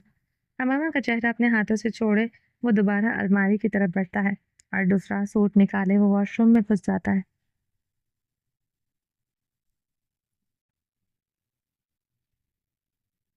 सिकंदर फ्रेश होकर आता है कि अमायमा भी फ्रेश होकर गीले बालों में जल्दी से पैरों में स्लीपर्स पहने हुए सिकंदर को जाता देखकर उसके पीछे जाती है और हाथ पकड़ के उसे रोक देती है। मैं भी साथ चलूंगी। अमायमा ठंडे ठंडे हाथों से सिकंदर का हाथ पकड़े हुए कहती है। सिकंदर अमायमा को पलटकर देखते ही कि रह जाता है कि वो सख्त बोलने वाला था कि अमायमा का चेहरा देखकर वो रुक जाता है। तुम रुको, मैं अकेला जाऊंगा। सिकंदर हाथ छुड़वाते हुए कहता है, सिकंदर, आपको कैसे पता चलेगा कि वो कौन है? वो नहीं मिलती है किसी से। हम लोगों से भी एक दो बार इनको देखा है, वो भी किसी हवा के झोंके की तरह। वो देखती है पर झट से ओझल भी हो जाती है। मुझे भी साथ चलने दें, अमायमा सिद्धि लहजे में कहती है। इसका चेहरा देखते हुए सिकंदर के पास और कोई ऑप्शन नहीं था। वो अमायमा का हाथ पकड़े इसे अपने साथ ले जाता है। अली हीर को कमरे में ना पाकर वरसान को कॉल करता है। को टैक्सी में बिठा हुआ पुश टेक लगाए आंखें बंद किए हुए कहता है, अली की एक कॉल पर वरदान टैक्सी रुकवाई, ड्राइवर को गाड़ी के पैसे दिए और खुद फुल स्पीड में गाड़ी चलाते हुए लोगों की गाड़ियों को हवा की तरह क्रॉस करते हुए अस्पताल पहुंचता है और अंदर दाखिल ही होता है कि अली अस्पताल के दरवाजे से बाहर हाथ में आईपैड पकड़े हुए सीसीटीवी फुटेज को देख रहा था। आदमियों का हीर को लेकर जाना, इसे देखकर अली को भी टेंशन होने लग गई थी। हीर की मर्दान अली को देखते ही वह दरवाजे के सामने गाड़ी खड़ा करता है और टैक्सी से निकलकर वो अपनी गाड़ी की तरफ जाते हुए वो रुकी वो रुकी को इसमें लड़की को इसमें बैठने का इशारा करता है। अली झट से भागता हुआ आता है और आकर फ्रंट सीट पर बैठ जाता है, जबकि वजदान ड्राइविंग सीट पर संभाल चुका था। हीर कहाँ है? वजदान उल्टी कार चलाते हुए अस्पताल के मेन गेट से बाहर निकालते हुए पूछता है। वो मैं इस वक्त एक होटल में है। अली आईपैड पर लोकेशन को जूम करके देखते हुए बताता है कि इस होटल में। फरजान गाड़ी की स्पीड रास्ता से अस्पताल से गाड़ी के मेन रोड पर ले जाते हुए पूछता है, ऐसा होटल? अली आईपैड से नजरें हटाते हुए कहता है, वो दोनों ही जानते थे कि वो होटल किसका है। लगता है इनके जीने की ख्वाहिश अब खत्म हो गई है। फरजान कहते ही गाड़ी की स्पीड तेज के इसे 180 की स्पीड से स्टार्ट करता है।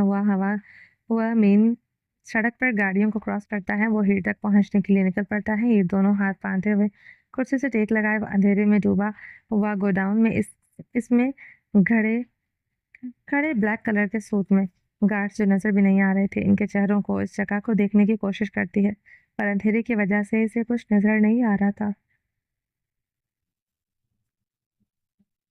और ना ही कोई आवाज इसे सुनाई दे रही थी। हर कोई खामोश पुरसुकून बुत बने खड़ा हुआ था। ये सांस भी लेते हैं या नहीं? हीर आदमियों के हल्के हल्के से चेहरे देखते हुए कहती है, ये लेते हैं, लेकिन सिर्फ तब जब इन्हें इजाजत होती है। हीर के पीछे एक भारी भरकम आवाज और किसी का लंबा चौड़ा वजूद हीर को अपने पीछे पर अपने करीब महसूस होता है। हीर आवाज पर झट से पलट कर देखती है। अंधेरे में ससैन की चमकती हुई आंखें देखकर वो वाकई में ही पल भर के लिए डर जाती है। हीर रुख मोड़े झट से अपनी आंखें बंद कर लेती है। अभी से डर गई, अभी तो मैंने सिर्फ एक बात की है जो तुमसे मुंसलिक ही नहीं थी। सुसैन हीर के सामने आते हुए कहता है। एक गार्ड झट से इसके लिए कुर्सी लाए हीर के सामने रख देता है। सुसैन का असिस्टेंट भी दोनों हाथ कमर पर बांधे हुए सुसैन के आगे पीछे बुत बने खड़ा हो जाता है। हीर गहरी सांस लेते ही अपने आप को कंपोज की आंखें खोलकर सुसैन की अंधेरे में चमकती हुई आंखों में देखती है और देखते ही वो गहरी सांस लिए कुर्सी से पुश हटाती है। हीर इस दुनिया में सिर्फ एक चीज से डरती है अंकल, और वो है इसका शौहर, जिसके होने से नहीं, इसके खोने से मुझे डर लगता है। इसके अलावा मैं अपने बाप से भी नहीं डरती। आप जैसे अंकल से डरूंगी, मजाक है क्या? हीर सुसैन की आंखों में देखते हुए कहती है और कहते ही कुर्सी से वापस टेक लगा लेती है। सुसैन हीर की बात पर मुस्कुरा पड़ता है। डर नहीं लग रहा है मुझे। इस वक्त मेरी कैद में इतने सारे आदमियों के दरमियान घिरी घिरी हुई बैठी हूँ। मेरे एक हुक्म पर ये सब तुम्हें चीर फाड़ देंगे। सुसैन हीर के चेहरे को देखते हुए टांग पर टांग रखे कहता है, मैं प्लास्टिक का रैपर नहीं हूँ जैसे कोई भी उठा सकता है और अपनी मर्जी से किसी भी वक्त चीर फाड़ सकता है अंकल। हीर अपने हाथों में बंधी ड्रिप को खोलने की कोशिश करते हुए कहती है, उठा तो दिया है मैंने, तभी इस वक्त तुम मेरे सामने बैठी हुई हो। तुम्हारे बाप और शौहर की नजरों में आए बगैर वो भी सुसैन टेढ़ी स्माइल चेहरे पर बिखेरे हुए कहता है, आपको सच में लगता है कि आपने मुझे उठाया है, या फिर मेरे अपनों को नहीं पता कि मैं कहाँ हूँ? मुझे उठाकर मुझे कुछ नहीं किया है। अलबत्ता आपने अपनी मौत को एक वजह दे दी है, खुद तक पहुंचने के लिए। हीर अपने हाथों को आजाद करवाते हुए अपने आखिरी कलमात पर जोर देते हुए कहती है, मतलब? किसान हैरानगी और तजस्सुस से पूछता है, मतलब ये कि अंकल मैं आपके पास अकेली नहीं हूँ, पूरी बारात लेकर आई हूँ। हीर कुर्सी से उठकर खड़ी होकर दोनों हाथ कमर पर बांधे हुए सुसैन के गार्ड को इससे दूर किए दरवाजे की तरफ इशारा करते हुए कहती है। सुसैन झट से गर्दन मोड़कर गिराज के दरवाजे की तरफ देखता है, जहाँ कुछ भी नहीं था। कुछ भी नहीं है वहां पर। सुसैन जैसे ही पलटकर हीर को देखते हुए कहता है, हीर वहां की जगह जहाँ हीर वहां हीर की जगह जहांगीर खड़ा होता है। हाथ में बड़ी गंदी है, वो कंधे से लगाए हुए खड़ा होता है। हेलो। जहांगीर हवा में हाथ बुलंद करते हुए कहता है। हीर जहांगीर को देखते हुए सुसैन टेढ़ा बैठे बैठे जमीन पर गिर जाता है। उफ अंकल, क्राइम की दुनिया में पहली बार आए हैं क्या? यहाँ के रूल्स भी पता नहीं है आपको? हीर सामने वाली कुर्सी के पीछे खड़ी होकर दोनों हाथ कुर्सी की बैक पर रखकर हीर जमीन पर गिरे सुसैन को देखते हुए कहती है, चले कोई नहीं, मैं आपको क्राइम वर्ल्ड है इम्पोर्टेंट रूल से आगाह करती हूँ। फिर कुर्सी को खींचकर अपने बाबा की तरफ लाती है और जमीन पर गिरे ससैन के सामने इन्हें कुर्सी पर बिठाती है। अरे मेरे बाबा की उम्र के हैं आप, जमीन पर गिरे हुए अच्छे थोड़ी लगते हैं ना। माना कि गिरे हुए हैं आप, ऐसे सबके सामने गिरना तो अच्छा तो नहीं होता है। फिर ससैन की कुर्सी खींचकर जहांगीर के सामने लाश रखती है, जिस पर सुजैन को बिठाए ही दोनों हाथों से तालियां बजाते हुए पूरे गिराज के लाइट्स ऑन करवाती है। लाइट जैसे ही ऑन होती है, सुजैन की नजर इतराज में घूमती है। वो अपने इर्द गिर्द लोगों को देखता है, जिसके आदमी नहीं थे। एक भी गार्ड इसका नहीं होता सिवाय असिस्टेंट के। सुजैन ने माथे पर टेंशन का बल पढ़ने लगता है। इसने क्या सोचा था और क्या होगा? पूरी कहानी ही बदल गई है यहाँ तो। सुसैन को हक्का बक्का देखकर हीर और जहांगीर एक दूसरे की तरफ देखते हुए स्माइल करते हुए हैं। अरे अंकल, टेंशनों में घिर घिर गए हो? को बुढ़ापे में दिमाग पर ज्यादा जोर नहीं देते है, किसी भी वक्त ऊपर का टिकट कट सकता है। रूल से स्टार्ट करते हैं। आज एक लड़की एक बड़े अंकल को क्राइम वर्ल्ड के रूल सिखाएगी। फिर कहते हुए ब्लैक कलर के थ्री पीस सूट में मजबूत से सैन के गार्ड्स की जगह कम खड़े अपने गार्ड की तरफ बढ़ती है और इनसे एक गन लेकर इसका घोड़ा चढ़ाते हुए और जहांगीर के पीछे आ खड़ी होती है। जहांगीर के कंधे पर हाथ रखे बाप बेटी दोनों मुस्कुराते हुए सुसैन को देखती है। रूल नंबर 1, कभी भी सामने वाले को कमजोर नहीं समझना। हीर कहते ही ससैन के असिस्टेंट के बाजू पर गोली चला देती है। रूल नंबर 2, कभी भी अपने से बड़े संख्या और पागल लोगों से पंगा नहीं लेना। हीर हीर एक और गोली असिस्टेंट के बाजू पर चलाती है।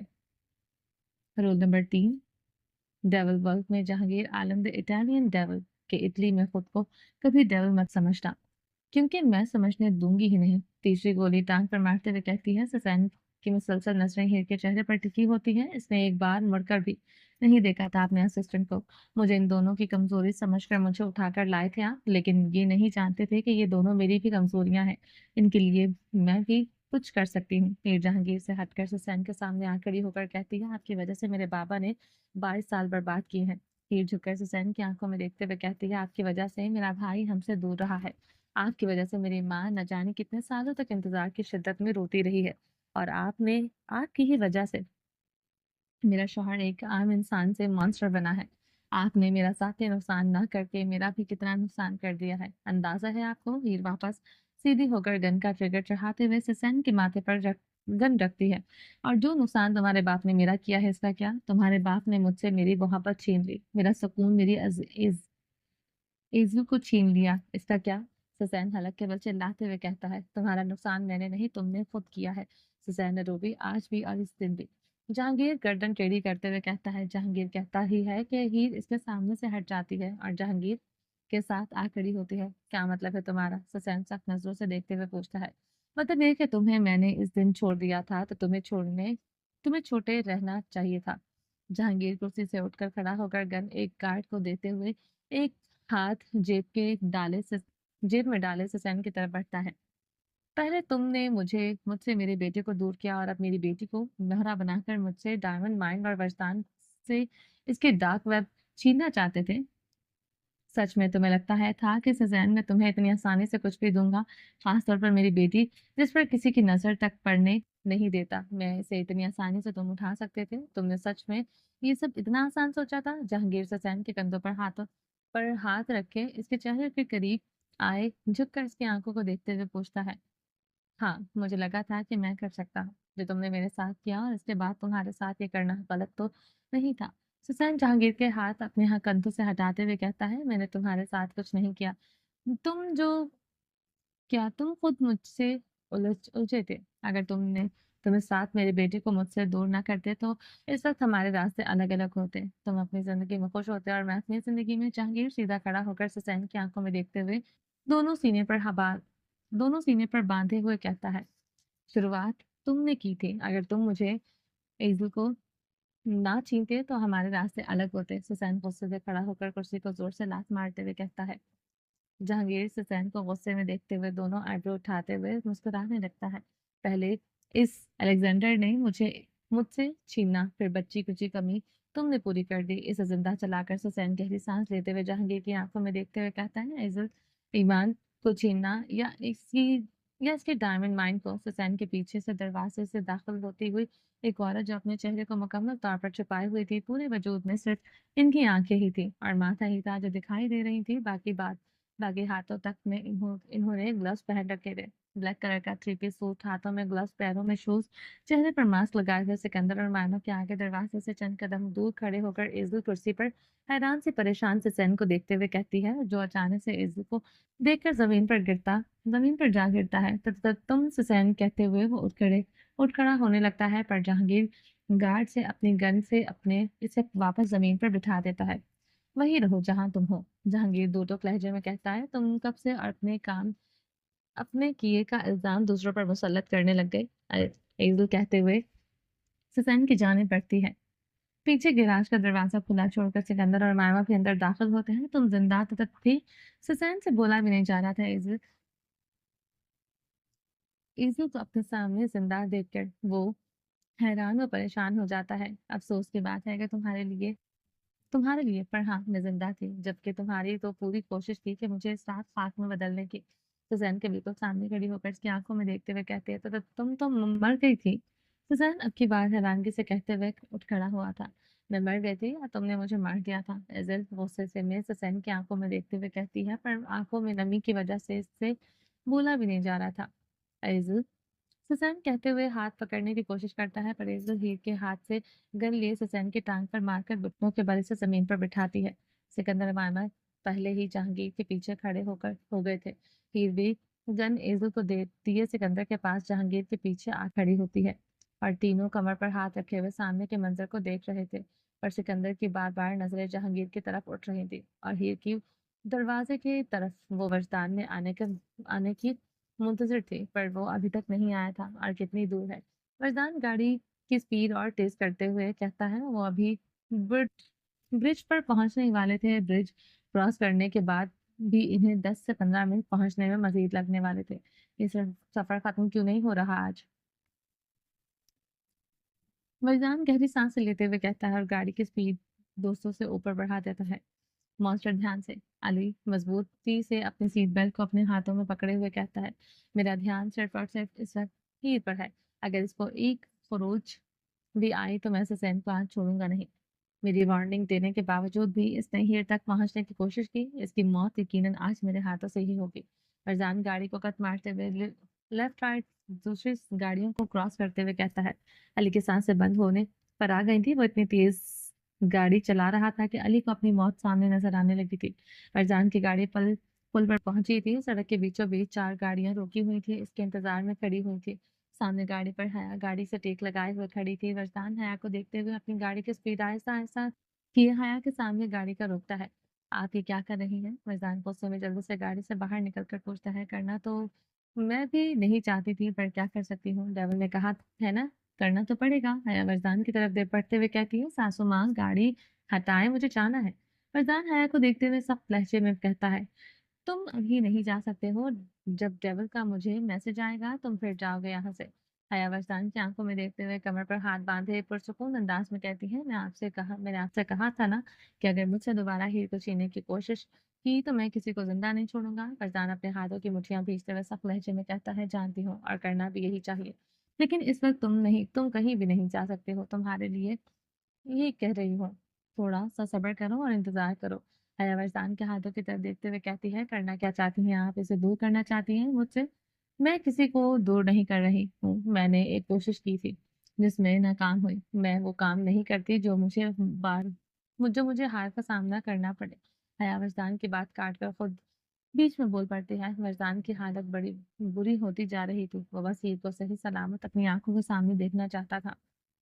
आप करना क्या चाहती हैं? अगर इसे कुछ हो गया तो मैं क्या करूँगा? हट जाएँ मेरे सामने से। मुझे बदतर बनने पर मजबूर मत करें। मस्तान हया की तरफ कदम बढ़ाते हुए गुस्से में कहता है, "हे पर अपनी नज़रें और लहज़ा वो गुस्से में भी काबू में रखता है, पर हाथ और लहज़ा दोनों डर के मारे काँपने लग गए थे। इसके वजदान फ़िक्र मत करो। हीर के पास जहांगीर है, इसका बाप है, इसके साथ कुछ भी नहीं होगा।" इसे हया वजदान की बाजुओं पर हाथ रखते हुए कहती है, "मैं तो नहीं हूँ इसके पास, मुझे इस वक्त के पास होना चाहिए था।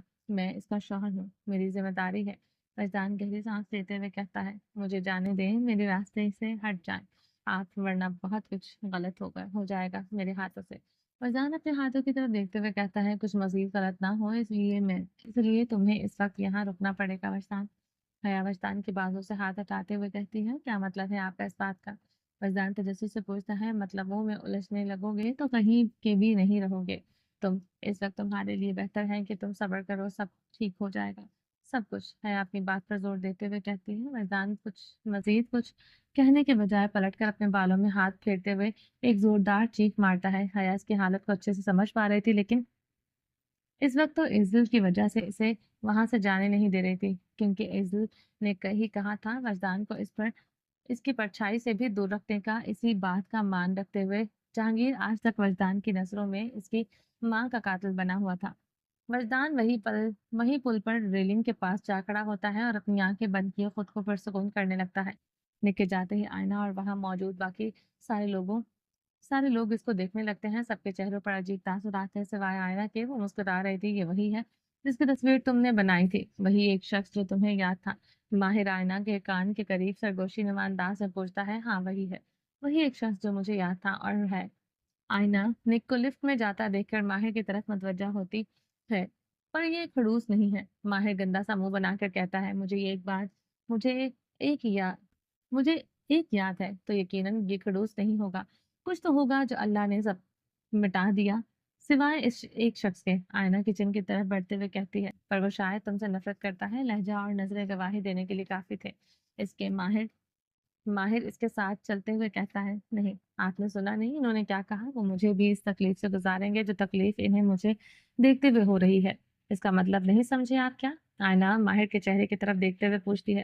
वो तुमसे प्यार करता है? तुम्हें बदला हुआ देखकर वो इससे अच्छा नहीं लग रहा। माहिर अंदाजा लगाता है, बिल्कुल यही बात है, लेकिन अब इन्हें कौन बताए कि मैं चाहकर भी पहले वाली जैसी नहीं हो सकती हूँ, क्योंकि मुझे अपना आप याद ही नहीं। बस कुछ बातें और एक चेहरे याद हैं। आईना और माहिर बाकी स्टाफ के साथ किचन में दाखिल होते हुए कहती है, तो तुम्हें इसे बता देना चाहिए कि तुम क्यों बदली हो। माहिर और आईना अपने किचन पॉइंट की तरफ बढ़ते हुए कहता है, क्यों बताऊं मैं इन्हें? जब मुझसे नफरत मत करें तो खुद मरने वाली हूँ। अगर आप मेरे लिए यहाँ आई हैं तो प्लीज यहाँ से वापस चले जाएं। ये कहूँ कि मैं आईना अपने हाथों को वॉश करते हुए कहती है, इससे बेहतर ये नहीं होगा वो मुझसे मोहब्बत करें तो इनकी मोहब्बत नफ़रत में बदल जाए? ये क्या करेंगे ऐसे शख्स से मोहब्बत करके जो खुद को मौत की खाई के करीब झूले ले रहा हो? एक ज़ोर का झूला लें और सीधा मौत की खाई में जा गिरें।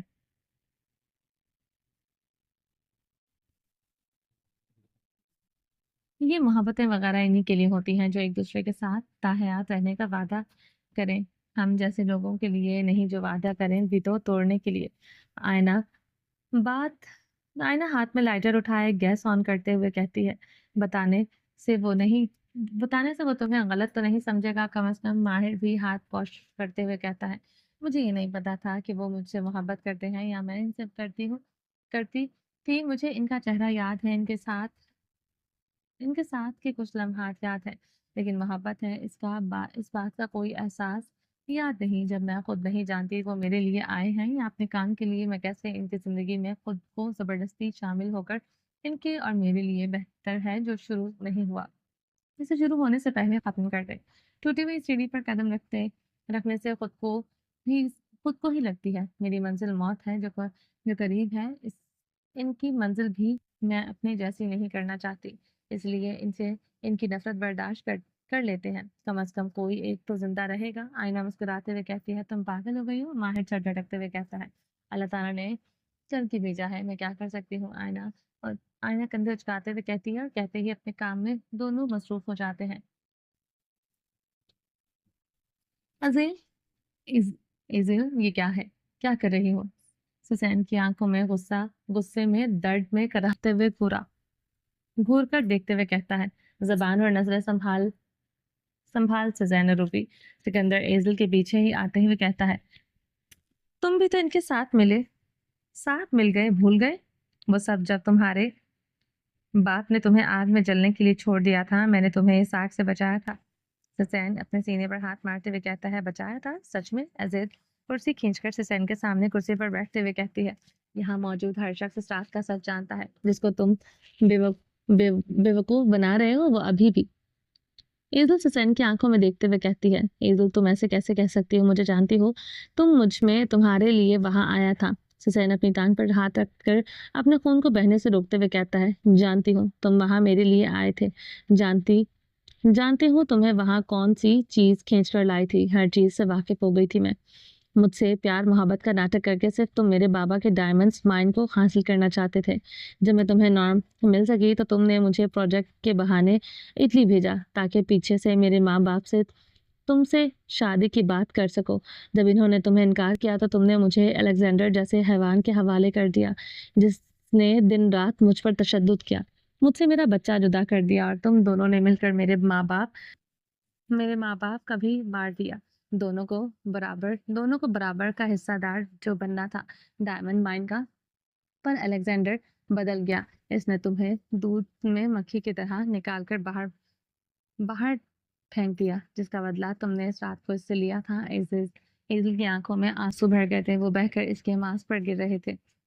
डेविल तो अनजान थे कि अंदर अंदर मैं और इनका बेटा था, लेकिन तुम जानते थे कि मैं अलेक्जेंडर और उसकी बेटी को पहले कत्ल किया और फिर इन्हें आग में जलने के लिए छोड़ दिया। जब मुझे मारने के लिए तुम कमरे में आए तब सिकंदर को देखकर तुम्हारे इरादे बदल गए थे, क्योंकि माइन के कागजात डेविल के पास हैं, ये तुम जान गए थे। तुमने सिकंदर को माइन के लालच में पहुं- बचाया और मुझे कमरे में जलने के लिए छोड़ दिया। मैं तुम्हारे पैरों में भी गिर गई थी। मुझे बचाने की भीख मांग मुझे बचाने की भीख मांगी थी तुमसे हर पर तुमने मुझे लात मारकर खुद से दूर किया था और कमरा बंद करके गए थे। मुझे इस रात का एक-एक लम्हा याद है। जानते हो कैसे? हेज़ल की हेज़ल कुर्सी से उठ खड़ी हुई और चेहरे से मास्क हटाते हुए सुसैन को अपना चेहरा दिखाती है, जो आँखों के नीचे सारा जला हुआ था। सिर्फ चेहरा नहीं, पूरे का पूरा जिस्म जल चुका था हेज़ल का। हद से ज़्यादा खूबसूरती भी हर किसी को रास नहीं आती है। हेज़ल की खूबसूरती ने इसको तबाह कर दिया था। इसके माँ-बाप की जान की वजह बनी और अपनी जान की भी।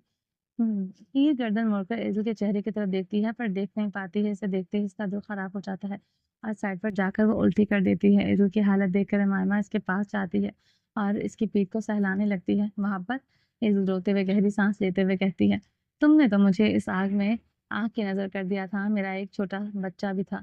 मेरा ना सही इसका सोच लेते, तुमने नहीं सोचा। तुमने सिर्फ खुद का सोचा और मेरे बेटे को भी बेरहम दुनिया की नज़र करे खुद जैसा बना दिया। मैं ज़िंदा हूँ पर एक लाश से कम नहीं। मेरा चेहरा देखने लायक ना रहा। मैंने खुद को इतने साल कैसे अपने बेटे से दूर रोके रखा है, ये सिर्फ मैं जानती हूँ। इज़्ज़त की आंखों में आंसू तेजी से बहने लगे थे, जो इसके जले हुए गाल पर फिसल रहे थे। पर जमीन पर बैठे हुए सुसैन को इसके चेहरे से इसकी बातों से कोई फर्क नहीं पड़ रहा था। वो एक दम कोल सा बैठा हुआ था। जहांगीर और सिकंदर की नजरें मुसलसल इसी पर ठहरी हुई थी। तुम्हारे साथ ही वही हुआ जो तुम डिजर्व करती थी। तुमने मुझे ठुकराया था, इसकी सजा तो तुम्हें मिलनी चाहिए थी। सुसैन जमीन पर हाथ रखे हुए खड़े होते हुए कहता है, मैंने तुम्हें ठुकराया नहीं था। कुछ वक्त था, कुछ वक्त मांगा था। तुमने वक्त देने से बजाय मुझे एक जानवर को दे दिया, जो हर दिन मुझे नोच कर खाता था। इज्जत सुसैन की आंखों में देखते हुए कहती है। इनकी बात पर जहांगीर सिकंदर दोनों का सर झुक जाता है। वो सर झुकाए हुए इल्ल के पीछे आ खड़े होते हैं और सुसैन को मजीद कुछ सख्त कहने से रोकने के लिए सख्त निगाहें इस पर गाड़े हुए वो खड़े हो जाते हैं। तो मतलब तुम अब इस डेविल की तरफ हो गई हो और मेरी दुश्मन। सुसैन अपनी तरफ उंगली से इशारा किए हंसते हुए कहता है, जिंदगी बचाने का कर्जदार होना पड़ता है, जैसे तुम आग में जलता छोड़ आए थे। इससे इसी भयानक आग से बचाने वाले ये थे। अगर 2 मिनट और ये ना आते तो मैं सर से पैर तक आग में लपेट में आ जाती और अपनी सांसों से भी जाती। इज़ल वापस चेहरे पर मास्क पहनते हुए कहती है, तो चली जाती। किसकी मुंतजर थी तुम? अब तक ये शक्ल तो अब देखने लायक वैसी भी नहीं बची थी। सुसैन अपने गिराज में नजरें घुमाए हुए दूर दूर पीछे की तरफ लंगड़ाते हुए कदम बढ़ाने लगता है। और अमायमा के साथ आ खड़े होते हैं और सुसैन को देखने लगते हैं। अपने बेटे के लिए शायद एक सच से इसे भी वाकिफ करवाना बाकी है। इसके लिए एजुल अपनी आंखें साफ करते हुए कहती है, और अगर मैं तुम्हें इस सच से वाकिफ करवाने से पहले ही मार दूं तो फिर? सुसैन दीवार के करीब आए हुए दीवार की तरफ पुष्ट किए हुए एक हाथ से दीवार में बिना बॉक्स खोलकर इसमें से गन निकाले एजुल की तरफ निशाना बांधे गोली चला देता है। एजुल पर गोली का निशाना देखते हैं वो सिकंदर को एजुल को अपने बच्चे करता सबकी नजर सिकंदर और एजुल पर जा चढ़ती हैं कि सुसैन वही दीवार में बुक्स में लगे बटन को प्रेस करता है और इतने हिस्से में जिसमें वो खड़ा था वो जमीन के नीचे चला जाता है। सुसैन पर नजरें जाती हैं। वो झुड़क से नीचे जा चुका था। ये कहाँ गए एजल? ही जल्दी से इसकी खाली जगह को आकर देखती है, पर वो गायब हो चुका था। What are you all watching? Just go and catch him. Sikandar गर्जदार आवाज में सब गार्ड्स को देखते हुए कहता है। वरदान हीर के जहन में सबसे पहला ख्याल इसी का आता है। हीर वरदान का नाम पुकारते ही पहाड़ की तरफ भागने लगती है कि एजल इसका हाथ पकड़ के से रोक देती है। मैं भी साथ चलूंगी तुम्हारे। एजल हीर की आंखों में देखते हुए कहती है, आंटी अभी नहीं, अभी बाहर किसी होगा को नहीं जानता। अभी आपको खतरा हो सकता है। हीर एजल के हाथ पकड़ते हुए कहती है, पहले ही बहुत देर हो गई है। अब वक्त पर ना पहुंची तो मजीद बहुत कुछ बर्बाद हो जाएगा। इसलिए हीर के बांसों पर अपना हाथ रखते हुए कहती है। हीर बेबस सी जहांगीर की तरफ देखती है, जो हाँ में सर हिलाते हुए इसे ले जाने की इजाजत दे रहा था। ठीक है, आ जाए, हीर कहते ही आगे की तरफ बढ़ने लगती है। हीर सिकंदर आवाज लगाता है जिस पर इसके कदम रुक जाते हैं। ये लो गाड़ी की चाबी, ब्लैक कलर की 4 व्हील है। सिकंदर चाबी हवा में उछालते हुए कहता है। हीर जिसे हीर कैच कर लेती है। शुक्रिया भाई, हीर चाबी कैच करते हुए कहती है और कहते ही वो दोबारा बाहर की तरफ भाग पड़ती है। जहांगीर भी बाहर की तरफ कदम बढ़ाने लगता है कि सिकंदर इसका हाथ पकड़ कर रोक देता है। यहाँ से बाहर क्या होगा आप, मैं नहीं जानता, मैं कुछ कहना चाहता हूँ आपसे। सिकंदर जहांगीर का हाथ पकड़कर सर झुकाकर कहने लगता है कि जहांगीर उसे गले लगा देता है। इसमें तुम्हारी गलती नहीं है, इसकी माफी हरगिज नहीं मांगते और मुझसे तो बिल्कुल भी मत मांगना। जहांगीर सिकंदर के सर पर हाथ रखकर दूसरे हाथ से अपनी हाथ इसकी पीठ पर हाथ मारते हुए कहता है। अमामा इन दोनों को देखकर मुस्कुराने लगती है। पर गलती की है, माफी मांगनी जरूरी है, मुझे माफ कर दे बाबा। जहांगीर की कमर के गिर्द हिसार बांधते हुए कहता है। कोई बात नहीं बेटा। जहांगीर फौरन से बोल पड़ता है। बाप बेटे को गरीब देखते हुए अमामा गिराज से बाहर निकल जाती है और बाहर जाते ही डेविल की गाड़ी से ड्राइविंग सीट पर बैठती है। मर्द पर रोना सूट नहीं करता, खासतौर पर डेविल और इसके बेटे पर। जहांगीर सिकंदर के कंधों पर हाथ रखे हुए इसे अपने सामने खड़ा करते हुए कहता है। मैं मर्जान को फोन करके बुला लेता हूँ, इसका भी यही यहाँ होना जरूरी है। सिकंदर जहांगीर के जहांगीर से दूर करते हुए अपने कोट की जेब से फोन निकालने लगता है। फोन करने की जरूरत नहीं है सिकंदर, वो पहले ही वही है जहां से इस वक्त होना चाहिए। जहांगीर आंख विंक करते हुए सिकंदर से कहता है। लगता है आप पूरी तैयारी करके बैठे हैं। सिकंदर जीप में वापस फोन डालते हुए कहता है। जहांगीर आलम को अधूरे काम नहीं पसंद, वो एक बार जिस काम में पड़ जाए उसे करके ही दम लेता है। जहांगीर आगे की जानिब कदम बढ़ाते हुए कहता है। कमाल। सिकंदर धीरे से सर झुकाकर मुस्कुराते हुए कहता है। वो तो है तुम्हारा बात। जहांगीर मुड़कर बालों में हाथ फेरते हुए कहता है। जहांगीर को देखकर सिकंदर का कहका हवा में बुलंद आवाज में लगता है और हंसते हुए वो जहांगीर के पास जाता है और दोनों बाप बेटे कदम से कदम मिलाए फुल एटीट्यूड में अपने सामने की तरफ देखते हुए वो गिराज से बाहर कदम रखता है। माशाल्लाह। अमामा सिकंदर और जहांगीर वो एक साथ कदम से कदम मिलाते आता देखते कहती है। इससे ज्यादा मैं सब्र नहीं कर सकता। आपकी बात तो मान ली है, लेकिन अगर इसे कुछ हो गया तो मैं क्या करूंगा। फरजान हया की तरफ बढ़ते हुए गहरी सांस लेते हुए कहता है। तुम्हें किस पर यकीन है, जहांगीर पर या फिर हीर पर। हया फरजान को आता देखकर पूछती है। मुझे इस वक्त खुद पर यकीन नहीं आ रहा, मेरी वजह से अगर इसे कुछ भी हुआ तो मैं क्या करूंगा। फरजान हया के सामने खड़ा होकर गहरी सांस लेते हुए कहता है। मैं जा रहा हूँ, अब मैं हाथ पर हाथ रखे नहीं बैठ सकता हूँ यहाँ। मर्दान कहते ही पलट जाता है और गाड़ी की तरफ बढ़ने लगता है। हया इसे रोकने के लिए इसकी तरफ बढ़ रही होती है कि इसकी कलाई में बंधी स्मार्ट वॉच के मैसेज पर आता है, जिसे देखते ही हया मर्दान की तरफ बढ़ने के बजाय अपनी गाड़ी की तरफ बढ़ती है। He is out of everyone, be active, we need to caught him alive. Haya हुक्माना लहजे में अपने साथ आए हुए पुलिस ऑफिसर को कहती है और कहते ही अपनी गाड़ी में सवार हो जाती है। अली पहले ही गाड़ी में बैठा हुआ था। वरदान आते ही ड्राइविंग सीट संभालता है और गाड़ी को आगे बढ़ाने की बजाय वो पीछे की तरफ बढ़ाता है। पुल से उतरकर वो समंदर साइड, जो पुल नीचे वाला एरिया है, वहां पर भी रास्ता होता है। वरदान इस रास्ते पर निकल पड़ता है। वरदान तुम्हारे साथ ठीक है ना।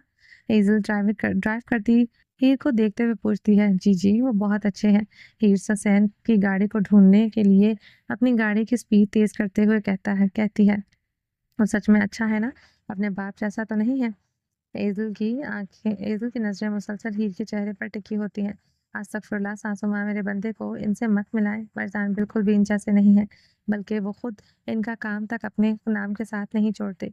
तभी तो इन्होंने अपना नाम वजदान अलेक्जेंडर के बजाय वजदान ईमान रखा हुआ है। हीर हीर की नजर एक सफेद रंग का पर पड़ती है, जिसके दरवाजे पर खुद का हाथ लगाना होता है। मिल गया। हीर सुसैन की गाड़ी की तरफ देखते हुए हंसते हुए कहती है। क्या ऐसे में याद हो। एजुल इसे सवाल पर हीर के चेहरे से एक सारी मुस्कुराहट छटके हवा हो जाती है। माएँ भूलने वाली चीज होती हैं क्या। वरदान, आपको आपसे जुड़ा हर लम्हा बहुत अच्छे से याद है। आप हमेशा इनके नाम से जुड़ी हुई हैं, आपको वो कभी नहीं भूल सकते। हीर मुस्कुराते हुए एजल को देखते हुए कहती है। वो मुझसे नफरत तो करता होगा। एजल सामने सड़क के जाने देखते हुए कहती है। नफरत तो वो सिर्फ अपने दुश्मनों से करते हैं, और इनका सबसे बड़ा दुश्मन इस वक्त इनकी नजर में मेरे पापा है, क्योंकि वो कभी डेविल को इसकी चीज की सजा दे रहे हैं जो इन्होंने की ही नहीं है। आपको किसी चीज की फिक्र करने की जरूरत नहीं है सासू माँ। वरदान परफेक्ट इंसान है। बहुत अच्छे इंसान है, बहुत अच्छे बेटे हैं और फिर एक बेहतरीन शौहर है। वो गुस्सा नहीं करते, बच्चों की तरह रखते हैं, मुझे बहुत प्यार करते हैं। बहुत प्यार और बहुत इज़्ज़त से अपने आपको इनकी तरफ से गिरने की ज़रूरत नहीं, इनकी तरफ से करने की ज़रूरत नहीं, अलबत्ता ये ज़रूर करेंगे। आप अपने आप बेटी के सामने आने वाले हैं, फिर माँ-बेटे में क्या होगा ये सुसैन की गाड़ी के करीब अपनी गाड़ी ले जाने की कोशिश में होती है, पर सड़क पर ट्रैफ़िक बढ़ता ही जा रहा था। सुसैन नज़रों से ओझल होने के बुरे चक्करों में होता है, पर हीर के अपने हीर इसे होने नहीं देती है। सुसैन की गाड़ी पर मुसलसल नज़रें जमाए हुए थी। हीर बात पर हीर की बात पर इज़ल के रो रोंगटे खड़े हो गए थे। अपने हाथों को आपस में मसलते हुए वरदान का रिएक्शन सोचने लगती है। हीर सरसरी से नज़र सड़क से हटाकर अज़ाज़ील इज़ल डालती है, जो लगातार अपने हाथों को मसल रही होती है। आप फ़िक्र क्यों कर रही हैं आंटी? मैं हूँ ना, वो दुनिया है हर शख्स के पर हावी वो दुनिया है, हर शख्स पर हावी हो सकते हैं, मुझ पर नहीं। आप इतने सालों के इंतज़ार के बाद पहली मुलाकात इंशाल्लाह बेहतरीन होगी। हीर हेज़ल के हाथ पर हाथ रखे हुए इनकी परेशानी को कम करने की कोशिश करती है। इससे पहले कि मुसीबत या निजात हासिल कर लें ताकि सुकून की ज़िंदगी और सांस को नसीब हो सके। हीर गाड़ी की स्पीड तेज़ करते हुए गाड़ी को क्रॉस करते हुए सुसैन की गाड़ी की तरफ बढ़ती है। वो ब्रिज पर पहुंच चुके थे जहां हया पहले ही मोहतात खड़ी हुई थी। लेकिन सुसैन गाड़ी ब्रिज पर चढ़ाने के बजाय वो पल के नीचे अपनी गाड़ी घुमा लेता है जहां पहले से इसकी मौत की इसकी तरफ ही बढ़ रही थी। हर हीर सुसैन के करीब पहुंचती है, वो इसके साथ ब्रिज पर चढ़ने ही लगती है कि सुसैन का रुख मोड़े देखकर हीर भी अपनी गाड़ी पुल के नीचे की जानिब मोड़ती है। हया और उसके आदमी हीर और सुसैन को देखते ही वो अपनी अपनी गाड़ियों में सवार पुल के नीचे का रुख करते हैं। मुझे पकड़े मुझे पकड़ेंगे? सुसैन गाड़ी में पे अपने पीछे किसी को ना आता देखकर हंसते हुए कहता है। सुसैन मुस्कुराते हुए पीछे की तरफ देखने के लिए गर्दन घुमाता है कि इसकी नज़र आती हुई वरसान की गाड़ी पर पड़ती है। सुसैन वरसान दोनों ट्रांसपोर्ट शिप्स की तरह अपनी अपनी गाड़ी में सवार एक दूसरे को देख रहे होते हैं। वरदान की रगें तन गई थी। सुसैन को देखते हुए सुसैन के चेहरे रुक कर जला देने वाली मुस्कुराहट अभी भी बिखरी हुई थी। वो वरदान को तेज दिलाने में मदद कर रही थी। तुम तो यहाँ भी हो। सुसैन सामने वाली गाड़ी में वरदान को देखते हुए गुस्से में कहता है। कहानी को आज सच में तुम खत्म करते। सुसैन टेढ़ी स्माइल करते हुए गाड़ी के अंदर वाले मिरर में देखते हुए कहता है। सुसैन कहते ही गाड़ी का गियर चढ़ाते हुए इस गाड़ी को स्पीड में स्टार्ट किए वो वरदान की तरफ गाड़ी बढ़ाता है। वरदान भी गाड़ी को फुल स्पीड में चलाए सुसैन की तरफ बढ़ता है। दोनों एक दूसरे को देखकर आगे की तरफ बढ़ रहे होते हैं कि सुसैन वरदान की गाड़ी के करीब आते ही वापस अपनी गाड़ी को जोर से टर्न करता है। पी, पीछे से आई हुई हीर और इज़ल की गाड़ी सह वरदान की गाड़ी से टकराने लगती है, पर हीर की नजरें एक दूसरे से टकरा जाती हैं, जिससे वो जल्दी से गाड़ी बैलेंस पकड़े दोनों अपनी गाड़ियों को जोर से राउंड में घुमा देते हैं। वरदान की गाड़ी को गोल घुमाते हुए ब्रिज के पुल के नीचे जा टकराती है। जबकि हीर और इज़ल की शादी गोल घूमते हुए समंदर के किनारे पर जाकर एक खूबसूरत लोहे के मोटे सरिये के टुकड़े से पीछे से जा पीछे से जा रुकती है। चलिए जी, बाकी का नेक्स्ट पार्ट में कंटिन्यू करेंगे। उम्मीद है आपको ये लॉन्ग एपिसोड बहुत पसंद आई होगी। चैनल को सब्सक्राइब नहीं किया तो जल्दी से सब्सक्राइब कर दें, लाइक एंड शेयर करें और अपनी राय कमेंट बॉक्स में लास्ट में दें। अपने ढेर सारा ख्याल रखिएगा, तो हम याद रखिएगा। मिलते हैं नेक्स्ट एपिसोड में, तब तक के लिए अल्लाह हाफिज़।